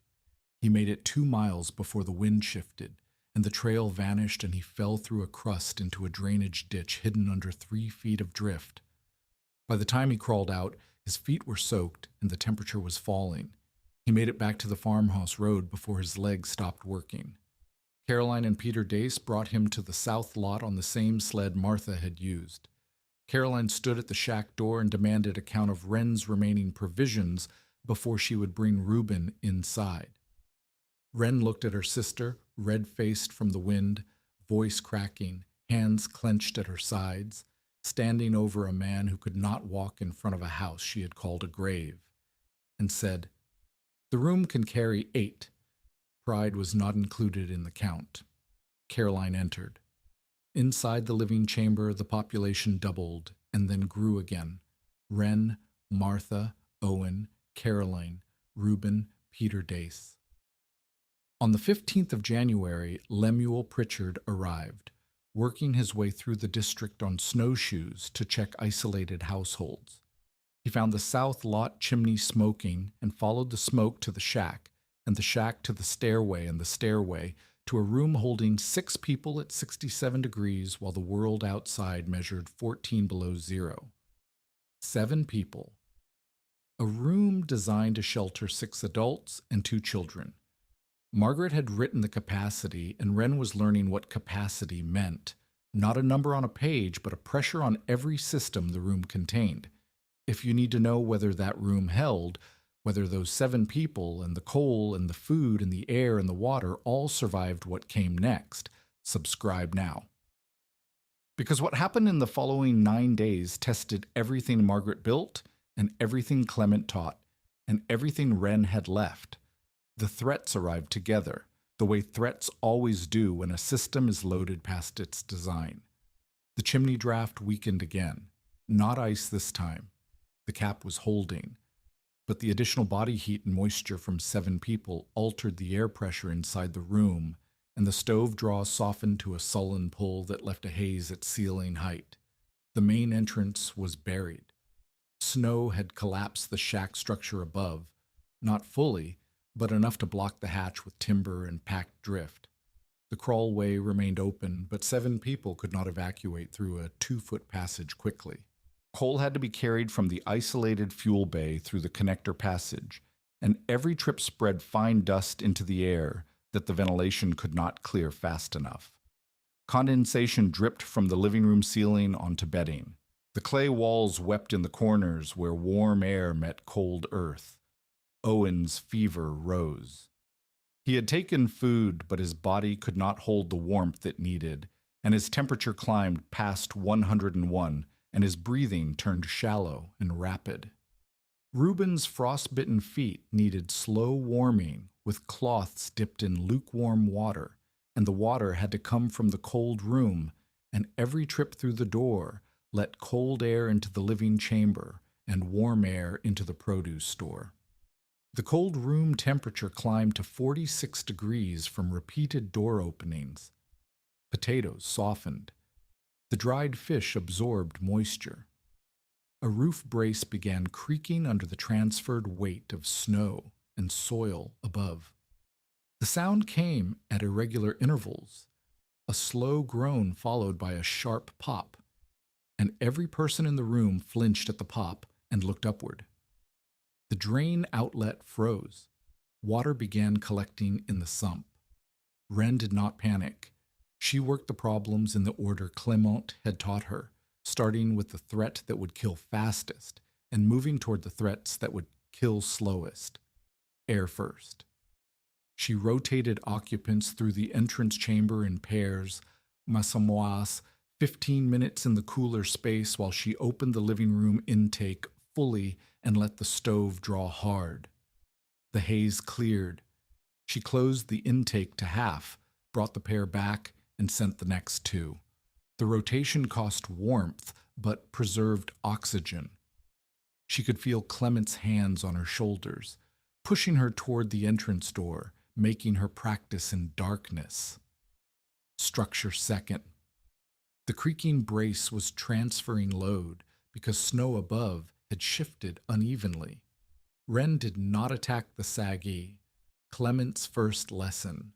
She wedged a temporary diagonal brace beside the groaning shoulder, using a plank from the sleeping platform and a hardwood wedge she drove with the heel of the iron rod. The creaking stopped. The ceiling held. Moisture third. She moved all wet clothing to the entrance airlock. She hung a blanket across the living room doorway to slow warm air migration when the door opened. She restricted cold room access to 2 scheduled periods per day, morning and evening, and assigned Martha to be the only person who opened that door. Fuel fourth. Coal was weighed in a grain scoop. 42 pounds per day became the emergency ceiling. Wren maintained the fire at the minimum temperature that kept Owen and Reuben stable, 64 degrees, and wore her coat and told the others to do the same. Water last. The frozen drain outlet could not be reached from inside. She crawled through the south passage, circled the hillside in thigh-deep snow, and broke the ice with the rod. Water surged out, and she packed the outlet with a screen of brush and stone to slow future freezing. Her hands were numb for an hour afterward. On the 16th of January, Lemuel told Wren that Elwyn Sayer, a 68-year-old farmer living alone half a mile northeast, had not answered his door when Lemuel passed the previous day. The chimney had been cold. Lemuel had been unable to force the door. Wren could not leave the 7 people in her care, and she could not conduct a search through blind snow by herself. But she could not know that a man was freezing half a mile away and do nothing. Merritt arrived that afternoon. He had been walking from the stalled rail crew camp, following chimney smoke like a lighthouse beam, and Wren's chimney was the only one still producing a steady column in the district. She sent him and Peter Dace toward Sayer's farm, using the marked tree line Margaret had blazed years ago for navigating between properties in snowfall. Each tree bore a cut on its south face, not large enough to notice in summer, but distinct enough to feel with a mitten in a blizzard. They found Sayer alive, barely. He was sitting in his kitchen beside a stove with no fire, Wrapped in every blanket he owned, his breath visible, his words slurred, his fingers too stiff to strike a match. They brought him to the south lot on a board. The refuge now held 8 people. Wren fed the stove to bring the temperature up for Sayer and Owen, and the living chamber touched 70 degrees for the first time. The number that Margaret's design had made theoretically possible. Small heated volume, stable earth, controlled ventilation, measured fuel, became a real measurement on a real thermometer while the wind erased the road to the Harwood farmhouse, and the outside air held at 18 below zero. For 9 days, 8 people lived beneath the south lot. The living chamber remained between 64 and 70 degrees. The cold room stayed below 45. No food froze.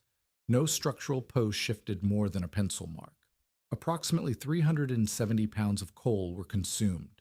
8 people received measured meals: cornmeal, beans, wild rice, dried fish, smoked venison, maple sugar dissolved in warm water. Wren maintained Margaret's chalk record every morning and added a column Margaret had left blank: names, conditions, temperatures, rations.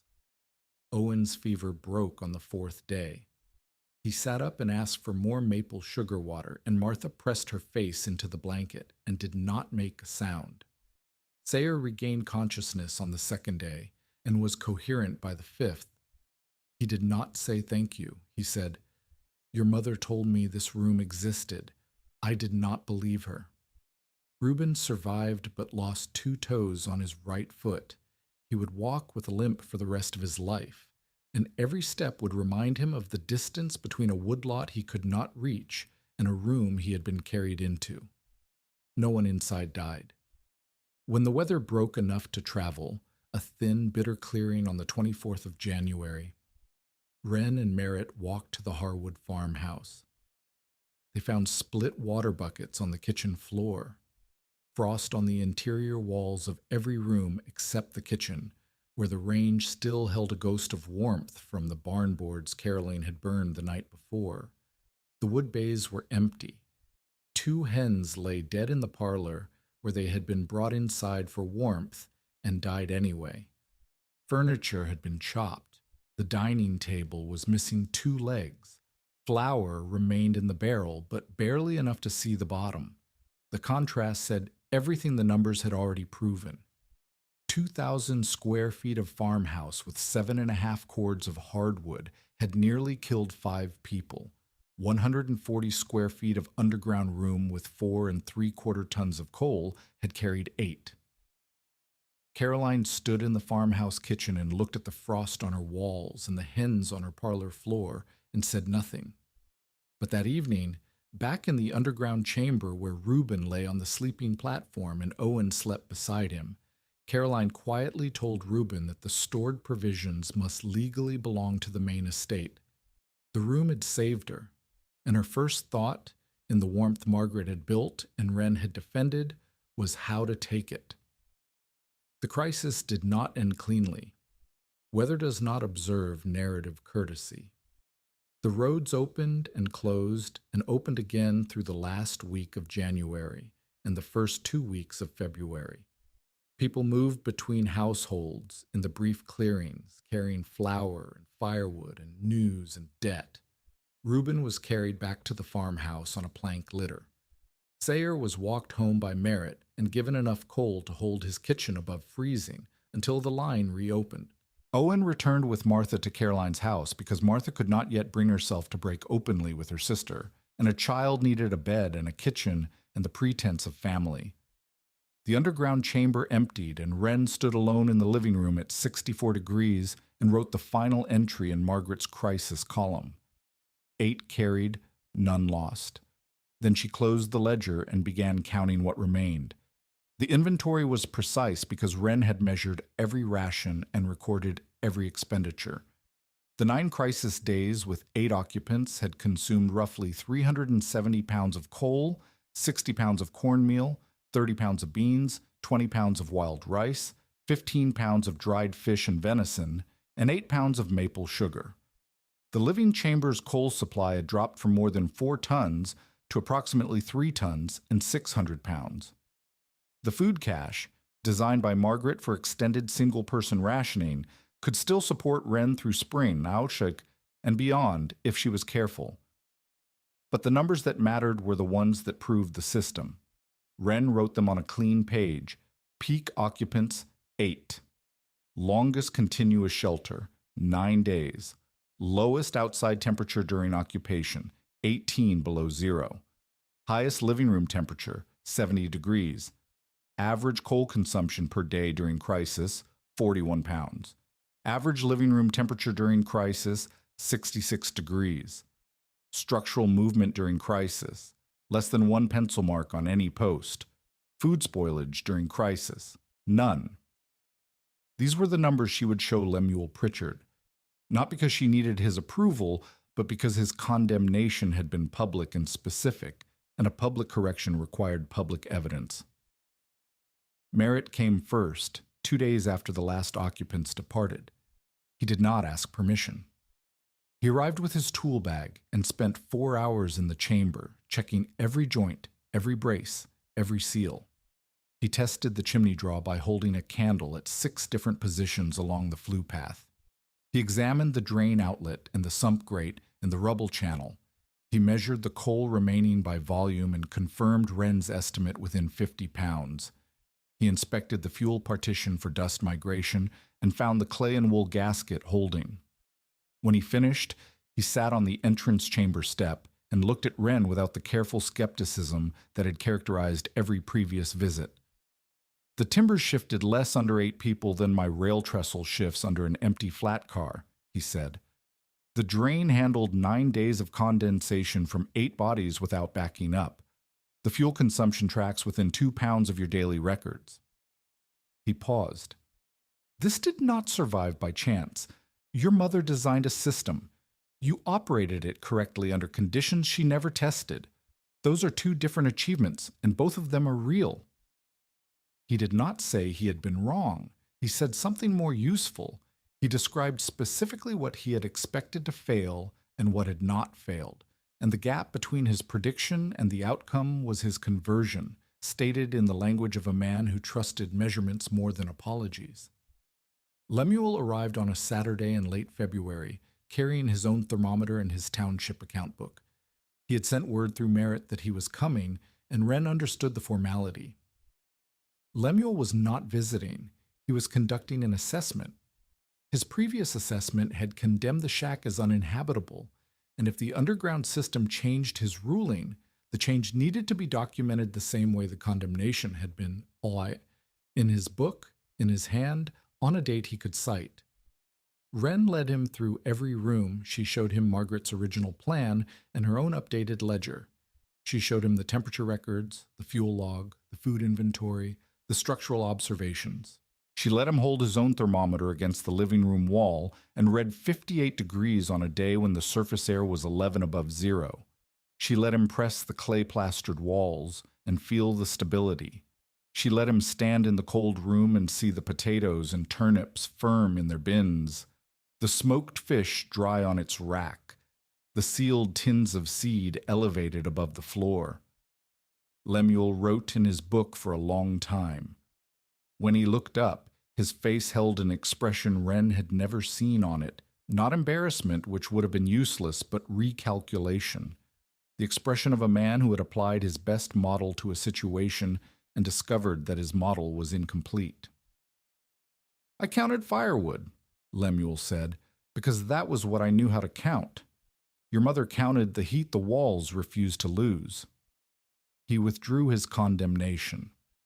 He recorded the underground dwelling as habitable, noting the heated living space, separate cold storage, drainage, ventilation, fuel reserve, and secondary exit. The entry in his book was the legal barrier that prevented Caroline from petitioning the township to remove Wren on grounds of unsafe habitation. Wren thanked him. Lemuel shook his head. Do not thank me for being late, he said. I should have walked the underground before I condemned the surface. He asked Wren about the ventilation system, not the principle. He He had grasped that from the temperature differential. But the practice. How did she know when the air was failing? How much intake was enough? What happened when 7 people breathed in a space designed for fewer? Wren answered every question with numbers, because Lemuel trusted numbers, and because the numbers were the inheritance Margaret had left. Not the food, not the coal, but the discipline of recording what the room did so that anyone who came after could operate it without guessing. Word spread the way useful knowledge spreads in isolated communities, unevenly, skeptically, and driven by self-interest. The first neighbor to visit was not seeking wisdom, he was seeking warmth. Durfee, the farmer who had withdrawn his roofing scraps after Caroline's campaign, appeared at the south lot in early March with his hat in his hands and a question about whether root vegetables could survive in an underground space without freezing. His cellar had failed. His potatoes were mush. His turnips were black. He had 5 children and a spring planting to feed them through, and he needed to know what Wren knew. Wren did not remind him about the roofing scraps. She walked him through the cold room and explained the temperature. Earth several feet below grade held near the regional annual average, roughly 40 to 50 degrees in central Michigan, regardless of what the surface air did. That was not magic. That was thermal mass. The earth absorbed summer heat slowly and released it slowly, which meant an underground room resisted both freezing and overheating. But resistance was not immunity. Without a door between the warm room and the cold room, heat migrated and roots softened. Without ventilation, moisture accumulated and mold grew. Without drainage, water pooled and timbers rotted. She told him the 5 things she would not allow anyone to build without. Ventilation, a separate intake and exhaust, never sealed. Drainage, a channel lower than the floor leading to a lower outlet, a second exit, because a single entrance could be blocked by snow, collapse, or fire. Separation between warm space and cold space, a door, a wall, an airlock. A written count of what the room held and how many people it could support. Durfee wrote the list on the back of an envelope and left without thanking her, which Wren preferred to gratitude because it meant he was thinking about the work rather than the debt. 3 more households sent someone within the week. A woman named Griggs, who wanted to know about seed storage. A young farmer named Poole, who had lost a calf in a collapsed root cellar and wanted to understand shoring. An elderly Anishinaabe man named Biwase, who did not ask questions but examined the timber cribbing and the drain construction and the food arrangement and nodded once at the wild rice containers and said, in Ojibwe, a phrase Wren partially understood. Her mother had remembered. Caroline's response arrived through Aldrich.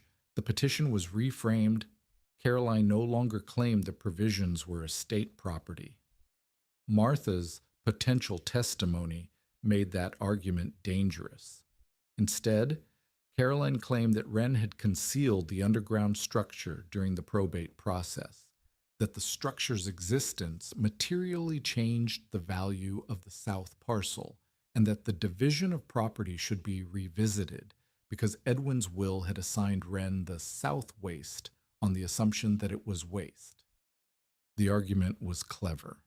It did not attack Margaret's ownership of the provisions. It attacked the valuation of the land itself, arguing that Wren had known the parcel contained a substantial improvement and had failed to disclose it. Wren brought the petition to Clement when he returned in March, but Clement did not discuss the petition first. He stood at the entrance to the stairway and looked at the charcoal mark Wren had drawn on the shack wall, a line indicating where the roof beam had shifted during the crisis, and his face changed. "You climbed the roof," he said. "The flue was blocked. You climbed the roof in a blizzard, alone, on ice. The room was filling with gas. And if you had fallen—" "I did not fall." Clement's anger was not the anger of a man who had been disobeyed. It was the anger of a man who understood that the person he had taught was now operating beyond his supervision, in conditions he had not prepared her for, making decisions he could not review. He had taught her to clear a flue. He had not taught her to climb an ice-covered roof in zero visibility. She had done it because there was no one else to do it, and the fact that she had survived did not make the decision safe. "Show me the charcoal line," he said. Wren showed him. The beam had shifted 3/16 of an inch during the 9-day crisis, within the tolerance Clement had built into the bracing, but closer to the limit than either of them wanted. She had noticed the movement because she had been checking the marks every morning, the way Clement had taught her. His anger subsided, not because the risk was acceptable, but because the monitoring was correct. She had done what he could not have done, and she had watched what he had told her to watch, and the combination of independence and discipline was what he had been trying to build in her since the day she brought him the timber pin. They spent 3 days together designing something new, not another hidden vault. The vault was Margaret's, specific to Margaret's situation, built for concealment and long-term storage. What the township needed was simpler. Families needed root cellars that did not freeze, storm rooms that could hold heat, and the knowledge to build them without killing themselves in the process. Clement drew while Wren described the failures she had witnessed and the questions neighbors had asked. His hand was less steady than it had been in October. The pencil lines wavered at the corners. He compensated by pressing harder, which made the lines darker but no straighter, and Wren noticed but did not mention it. They produced 3 designs: a household cellar, 8 by 10 feet, no stove, ventilated, drained, rodent barriered, for root storage only. Any farmer with a shovel, a saw, and 2 weeks could build one if someone showed him how to shore before digging. A storm room, 8 by 12 feet, 1 small stove, 2 exits, limited food and fuel storage. For emergency shelter during sustained cold. Required a chimney and proper air management, not a project for a man who had never built a flue. A combined family refuge, 12 by 16 feet, warm and cold zones separated by a door, a fuel bay with stone partition, rubble drain, and uphill diversion ditch. The closest approximation to Margaret's design, but smaller, less concealed, and intended to be built openly rather than hidden. Clement made Wren write a warning across the top of each plan. Copying the shape without the drainage and ventilation will create a room that floods, rots, or suffocates its occupants. The warning was not theoretical. It was the lesson Margaret had built into every wall and every passage and every sealed door. The visible structure was not the system. The system was the air moving through it, the water moving away from it, and the discipline of counting what went in and what came out. The thaw came in late March, and it came fast. The winter of 1880 to 81 had deposited extraordinary snow across central Michigan. When temperatures rose, the melt was not gradual. Rivers flooded, low ground saturated. Water found every crack, every channel, every path downward that frozen ground had sealed for months. The ground above Margaret's vault absorbed water like a sponge released from a fist. Wren noticed the first sign on a Tuesday morning, a dark stain spreading across the living room wall where the clay plaster met a timber joint. She pressed her palm against it and felt cold water beating between the clay and the wood. By afternoon, the cold room was weeping. Moisture seeped through 2 timber joints and ran down the wall in thin streams that pooled on the plank walkway. The sump filled. The rubble drain carried the water to the outlet, but the outlet was submerged. The hillside was saturated. The channel had nowhere to deliver its load. The drain backed up. Water rose in the sump, reached the walkway planks, and began spreading across the cold room floor. Humidity climbed. The potatoes nearest the wall softened. Rot smell appeared within hours. That sweet, sour, unmistakable scent of starch decomposing. One wall brace in the cold room, the precautionary one Wren had installed in October, stood in 3 inches of water. The base of the post, where Tamarack met earth, was softening, not collapsing, not yet, but the wood had lost the hardness that made it a structural member. It was becoming a sponge standing upright. The saved seed remained dry only because Margaret had placed it in elevated sealed cabinets in the dry pantry, which sat higher than the cold room and had no direct earth wall contact below shelf height. If the water rose another 4 inches, it would reach the dry pantry threshold. Clement was there. He had come to finalize the cellar plans and had stayed when the wall stain appeared. He told Wren to expose the outside drain outlet while he assessed the interior water path. She went up through the stairway and circled the hillside with a shovel. The ground was soft. Every step sank 4 inches into saturated earth. She found the outlet buried under mud and debris carried by the melt. Not sabotage this time, just volume. She cleared it and water surged outward, but the flow was sluggish because the hillside itself was waterlogged. The channel could carry water to the outlet. The outlet could not deliver it to ground that was already full. She heard Clement shout from inside the stairway. Not words, a sound.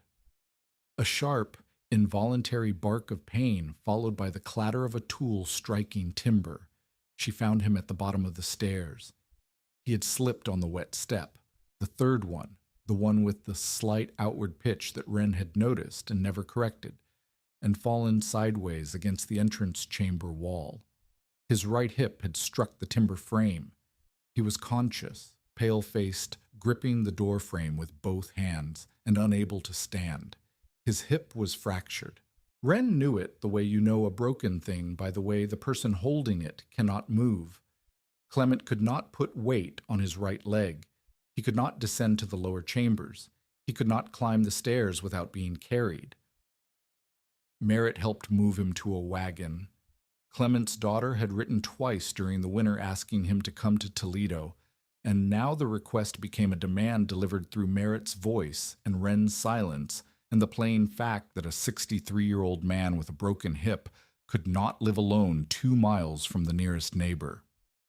Before they lifted him onto the wagon bed, Clement looked at Wren and asked her a question instead of giving her an answer. Where can the water go that is lower than the place it is trying to enter? Wren opened her mouth. He raised his hand. Do not answer me. Answer the room. He gave her his plumb bob. He kept his chisel. The distinction was deliberate. The plumb bob measured whether what existed was true. The chisel created what did not yet exist. He was giving her the tool of verification and keeping the tool of making because he would not build again, and she did not need to be told. A tool should tell you whether the wall is straight, Clement said from the wagon bed, his voice compressed by pain into something smaller and harder than she had ever heard from him. It should never tell you what to build. The wagon left. Wren stood in the mud beside the shack and held the plumb bob, brass, heavy, warm from Clement's pocket, and listened to the wheels until the sound was gone. Then she went back underground where water was rising in the sump, and the cold room brace was softening, and the potatoes were rotting, and no one was coming to tell her what to do. She had been taught by Margaret to count. She had been taught by Clement to shore before removing, to give water a lower road, to give fire 2 paths, to read the structure before changing it. She had been told not to answer Clement, but to answer the room. The room was asking a question. Where can the water go? Not deeper. She could not dig a deeper outlet in saturated ground, not through the existing channel. The channel worked, but its destination was flooded. The answer was not below. The answer was above. Stop the water before it reached the walls. Wren worked for 3 days without sleeping more than 2 hours at a stretch. She dug a temporary relief trench around the uphill side of the vault. Not deep, not permanent, but sufficient to intercept the surface flow that was feeding the wall seepage. She lined it with brush, stone, and inverted sod to slow the water's infiltration into the earth directly above the chambers. She opened a secondary sump in the entrance chamber, using the shovel and the iron rod in her hands. The entrance sat higher than the cold room but lower than the stairway, and the additional sump gave the internal water a second collection point that she could pump manually. She borrowed a hand pump from Merritt's rail crew, the kind used to clear water from track bed cuts, and pumped the cold room sump twice daily, sending the water up through the stairway and out the shack door. She replaced the softened post foot. She cut the base off 3 inches above the wet line, set a flat field stone beneath it, and shimmed the gap with rot-resistant tamarack she split from a stump on her lot. The post sat on stone now instead of earth. Water could pass beneath it without touching wood. She moved the remaining roots into ventilated crates raised on cross pieces above the wet floor. She separated damaged potatoes before the rot spread, pulling each one, smelling it, squeezing gently, discarding anything soft. She lost nearly a quarter of the remaining potatoes. The turnips and rutabagas survived because they sat higher in the bins. The wild rice, the dried goods, the maple sugar, the seed. All of it held because Margaret had stored it above the floodline in sealed containers, and Wren had not moved it lower. She saved the seed. She saved the fuel. She saved the structure. She lost food she could not afford to lose, but kept the reserves that mattered for planting and for the next winter. When the ground dried in April and the drain outlet began flowing freely again, Wren capped the temporary relief trench with sod and stone, cleaned the internal sumps, and wrote in Margaret's ledger, "Spring flood, 15 days. Drain outlet submerged. Lost approximately 3 bushels of potatoes and 1 bushel of turnips. Seed dry, coal dry, structure sound after post-foot replacement." Clement's question answered, "Intercept the water above, not below." The plans reached 11 households by May. Wren did not distribute them by announcing herself as an authority. She answered questions when people came to her lot, and people came because the winter had been severe enough to make every cellar and every woodpile and every pantry suspect. Durfee brought his eldest son. Griggs brought her husband. Poole brought 2 neighbors from the next section. Each visitor received the same treatment: a walk through the underground rooms, a look at the plans, a conversation about what their own land and means allowed, and the same 5 requirements written across the top of every drawing. Merritt helped build the first household cellar on the Poole farm in June. The work took 8 days with 3 men digging. Wren inspected the shoring daily, rejected 1 post that showed soft grain, and made Poole's neighbor regrade the floor when the slope ran the wrong direction. The cellar held 50 bushels of roots through the following winter without a single frozen potato. By autumn of 1881, 4 households had constructed separate storm rooms. The church in Union Township built a communal dry pantry, not underground, but insulated with banked earth and fitted with Wren's ventilation pattern. Lemuel, who had begun every conversation about winter preparedness with the number of cords a household required, now added a second question. How many days of food could the cellar hold without freezing? He required every township-assisted cellar to have 2 exits and a visible chimney if a stove was installed. The requirement was Wren's language written into Lemuel's authority, and neither of them needed to discuss the arrangement because the winter had made the argument for them. Wren maintained a seed ledger organized by crop, household, and repayment after harvest. Margaret's saved seed became the foundation, not charity, but investment, distributed with the understanding that each household would return an equivalent quantity of clean seed after the first successful growing season. The ledger tracked who received what, when, and how much was owed. It was the discipline of the underground room applied to the surface world. Count everything, write everything, trust nothing you cannot verify. If this story makes you think about someone who should hear it, someone who believes preparation is something only fearful people do, share this video with them.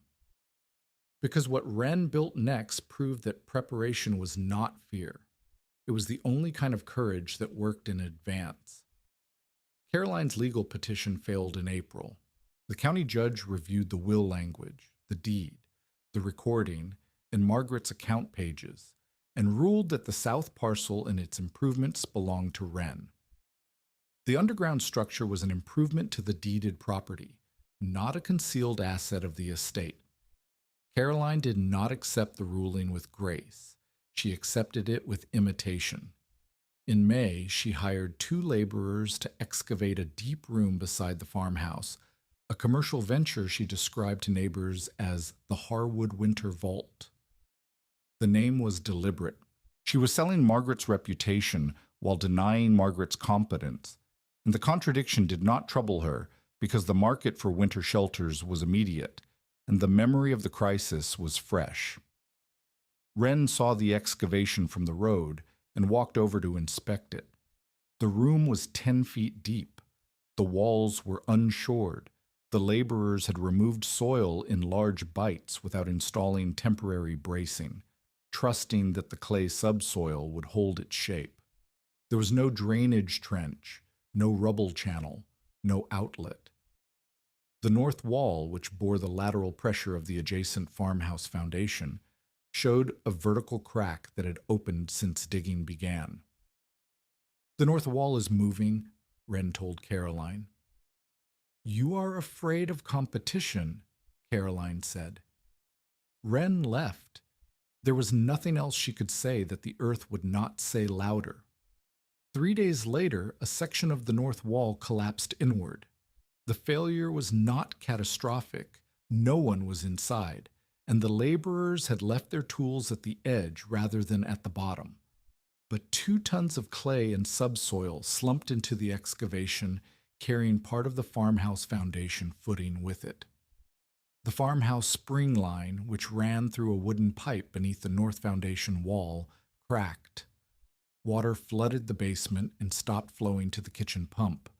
The collapse did not injure anyone, but it exposed, in a way no argument could, the difference between copying a shape and understanding a system. Caroline had seen a hole in the ground and believed the hole was the innovation. The innovation was the drainage beneath the hole, the bracing within the walls, the ventilation through the ceiling, and the discipline of counting what the room contained and what it could safely carry. Without those invisible systems, the hole was exactly what it appeared to be, a pit that would fill with water, shift with the earth, and bury anything trusted to it. Caroline's collapsed excavation left her farmhouse without reliable water before the next winter. The spring line was buried under displaced earth and could not be repaired without excavating the same unstable wall that had already failed. The room that had saved Caroline's household in January had been built by the woman Caroline dismissed. The room that was supposed to replace it had been built by Caroline herself. The comparison was complete, and Wren did not need to make it, because every neighbor who walked past the farmhouse could see the slumped earth and the idle pump handle and draw their own conclusion. But the conclusion that mattered was not the public one.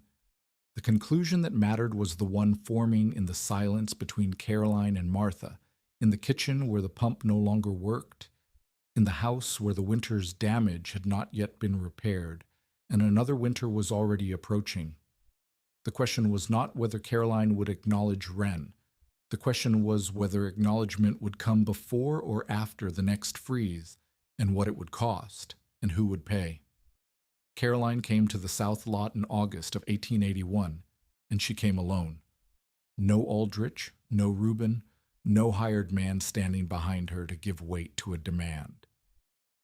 She walked the half-mile from the farmhouse in a dress that had been washed too many times and shoes that showed the marks of a woman who had been carrying water from a neighbor's well since May. The kitchen pump had not worked in 3 months. The collapsed excavation beside the farmhouse remained an open wound in the earth, a pit half filled with slumped clay and standing water that bred mosquitoes and smelled of rot when the wind came from the north. Wren saw her from the garden she had planted above the vault. She had cleared the scrub along the south lot's best-lit acre and put in Margaret's saved seed: corn, beans, squash, turnips, cabbage, onions. In the arrangement Margaret's relatives had taught her, the corn and beans sharing stakes, the squash spreading beneath to shade the soil. The garden was not large, it was precise. Every row measured, every seed counted, every planting date recorded in the ledger. Carolyn stopped at the edge of the garden and looked at the rows and at Wren's hands in the dirt, and at the shack that still leaned but no longer leaked, because Merritt had patched the roof in June with proper shingles bought from the reopened rail depot. She did not speak for a long time. "I need the spring line repaired," Caroline said. "I know," Wren said. "The wall that collapsed is above the pipe. The pipe is cracked. The man I hired to dig the vault will not return because I cannot pay him. Reuben cannot dig because of his feet. Peter Dace has taken work in Mount Pleasant." Wren stood up. She wiped her hands on her apron. She looked at Caroline the way Clement had looked at her on the day she brought him the timber pin, the assessment of a person deciding whether effort was worth the cost. "I will help repair the spring line," Wren said, "but I have terms." Caroline's jaw tightened. Terms meant concession. Concession from Caroline Harwood Bessett, who had managed the main farm and the family name and the community's perception of the Harwood legacy for 12 years, was not a thing she gave. It was a thing that was extracted. Wren stated the terms clearly, the way Margaret had taught her to state accounts. No emotion, no accusation, just the numbers. First, Caroline would sign a permanent release of all claims to the south parcel, the underground structure, and everything stored within it. Second, the release would acknowledge Margaret Harwood as the purchaser of the provisions and designer of the underground chambers, in language that could be recorded at the county office. Third, Caroline would repay the communal labor used in the spring line repair after her next harvest, at a rate agreed upon by Lemuel and recorded in the township book. Fourth, the failed commercial excavation beside the farmhouse could not be rebuilt or advertised under the Harwood name or Margaret's name or any description that implied a connection to the underground system on the south parcel. Caroline listened to all 4 terms without interruption. When Wren finished, Caroline looked at the garden again, at the corn that was already knee-high, at the beans climbing the stakes, at the squash leaves broad and green above soil that Margaret had prepared and Wren had planted, and something in her face shifted. Not warmth, not reconciliation. Something more private and more difficult than either. "I thought Mother was hiding from winter," Caroline said. She was measuring it. She signed both copies of the release at Lemuel's table the following week. Lemuel witnessed. Martha witnessed. Merritt witnessed.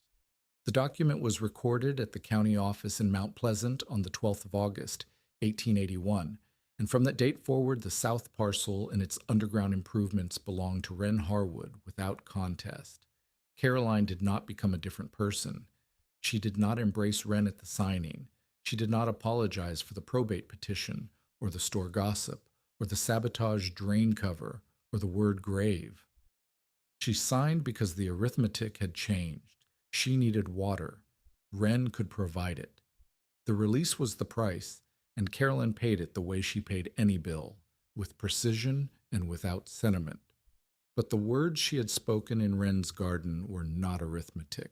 She was measuring it, was the closest Caroline would ever come to acknowledging that Margaret had been right about everything: the preparation, the counting, The quiet, patient work of building something invisible because the visible world would not allow a Saginaw Chippewa woman married to a white lumber contractor to be publicly smarter than her husband. Wren and Merritt repaired the spring line in 6 days. They excavated carefully, shoring as they went, the way Clement had taught, exposed the cracked wooden pipe, replaced the damaged section with new cedar, backfilled in layers, and tested the flow before closing the trench.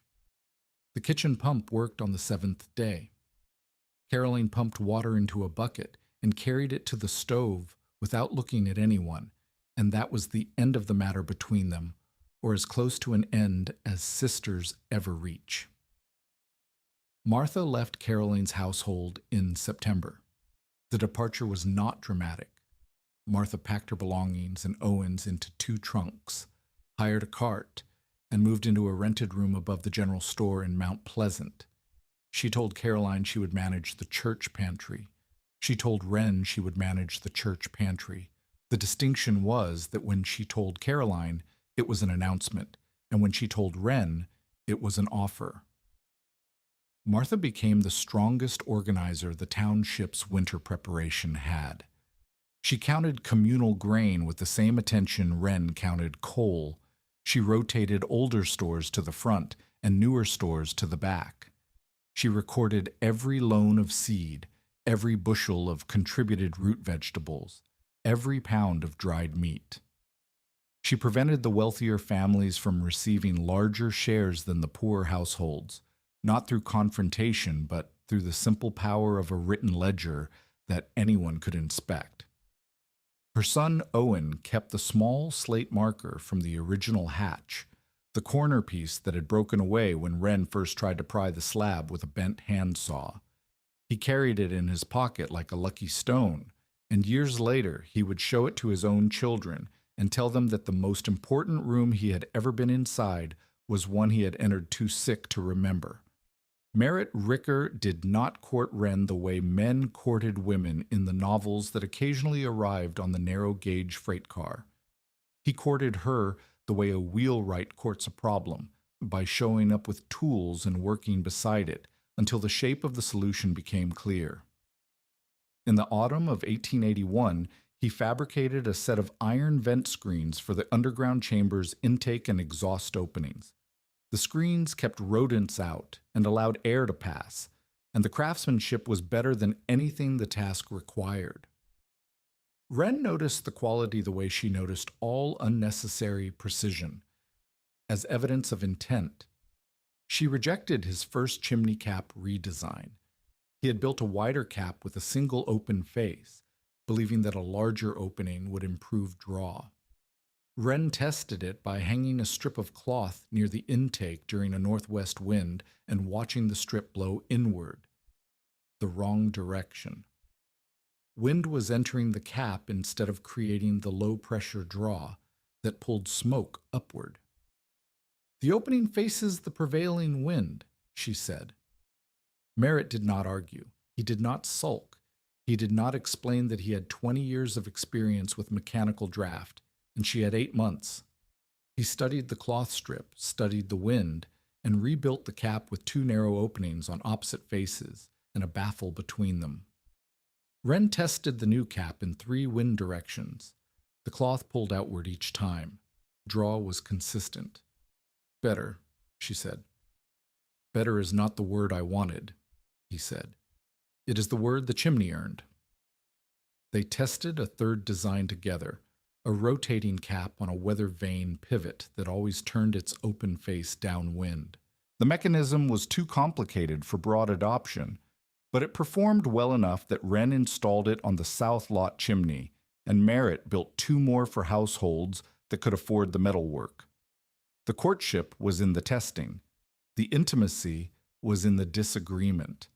Wren did not need a man who agreed with her.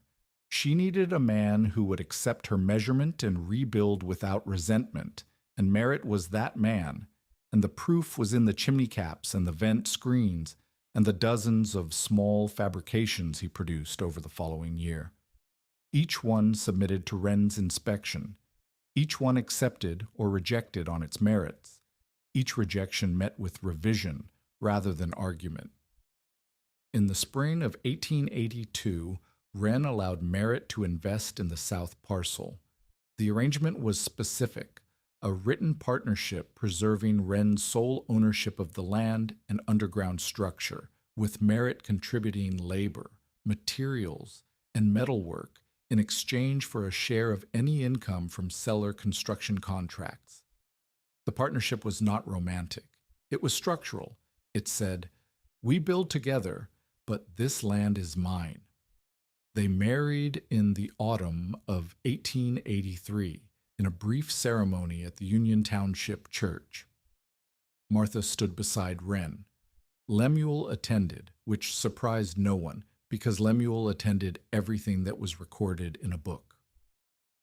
Owen carried the slate fragment in his pocket. The marriage scene was brief because the meaningful commitment had already been signed.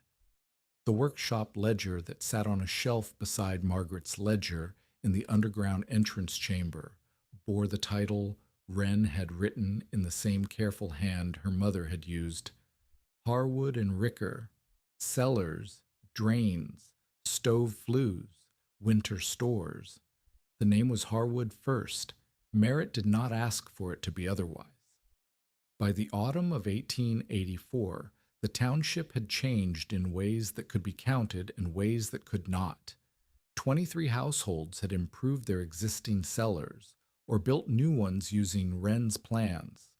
7 of those included emergency warm rooms, small heated spaces with coal stoves, 2 exits, and separated fuel storage. The church maintained a communal dry pantry with a 40-day rotating reserve of cornmeal, beans, dried vegetables, and salt. Wren's original vault served as the community's seed bank and emergency provision depot, its chambers maintained, its ledger current, its door open to any household that needed what it held. Coal was no longer piled to the ceiling in farmhouse basements. The fuel bins that Wren and Merritt helped build had clearance space around them, inspection lanes between stacked rows, and stone and earth partitions separating fuel from living spaces. Every participating household received a small wooden tally board that hung beside the cellar door. The board listed people, food days, fuel remaining, last drain inspection, last chimney cleaning. The boards were Wren's idea, but the enforcement was communal. Neighbors checked each other's boards the way they checked each other's fences, because the winter had taught them that one household's failure became every household's emergency. Each participating family contributed a measured portion after harvest.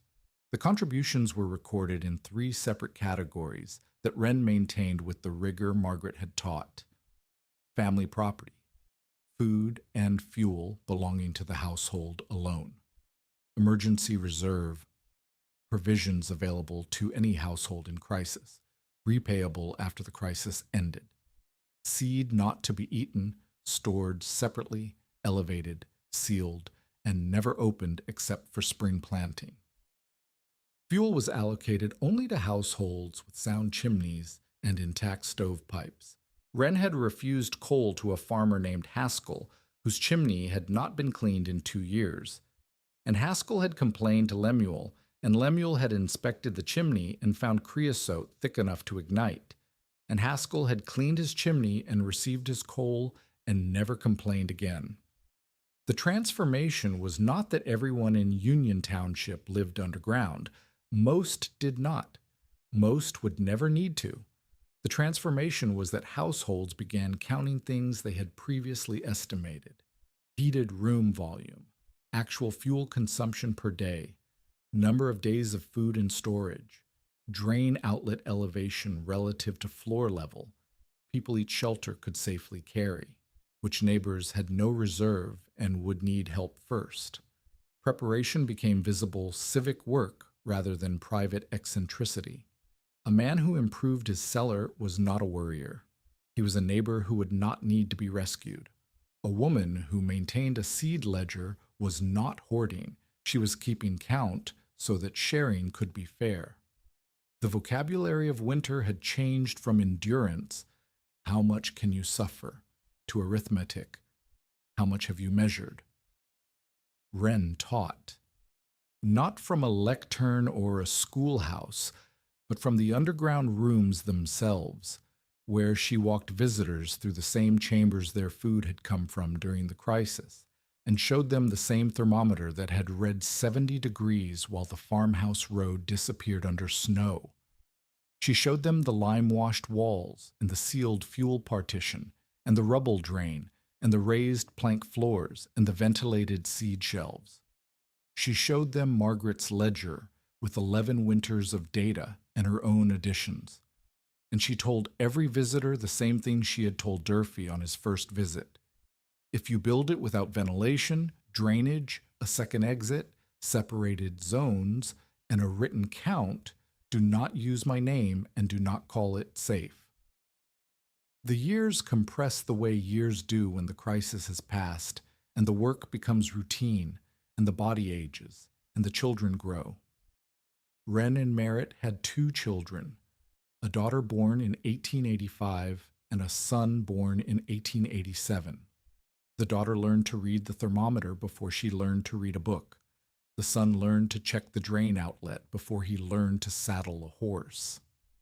Both of them grew up in a household where counting was not a chore but a language, and the underground rooms were not a curiosity but the foundation, literal and figurative, of everything their family had built.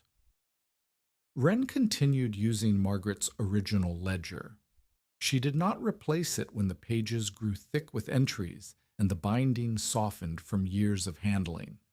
She added pages, stitched them in, and continued the columns Margaret had begun: outside temperature, chamber temperature, fuel consumed, food stored, structural notes, drain status.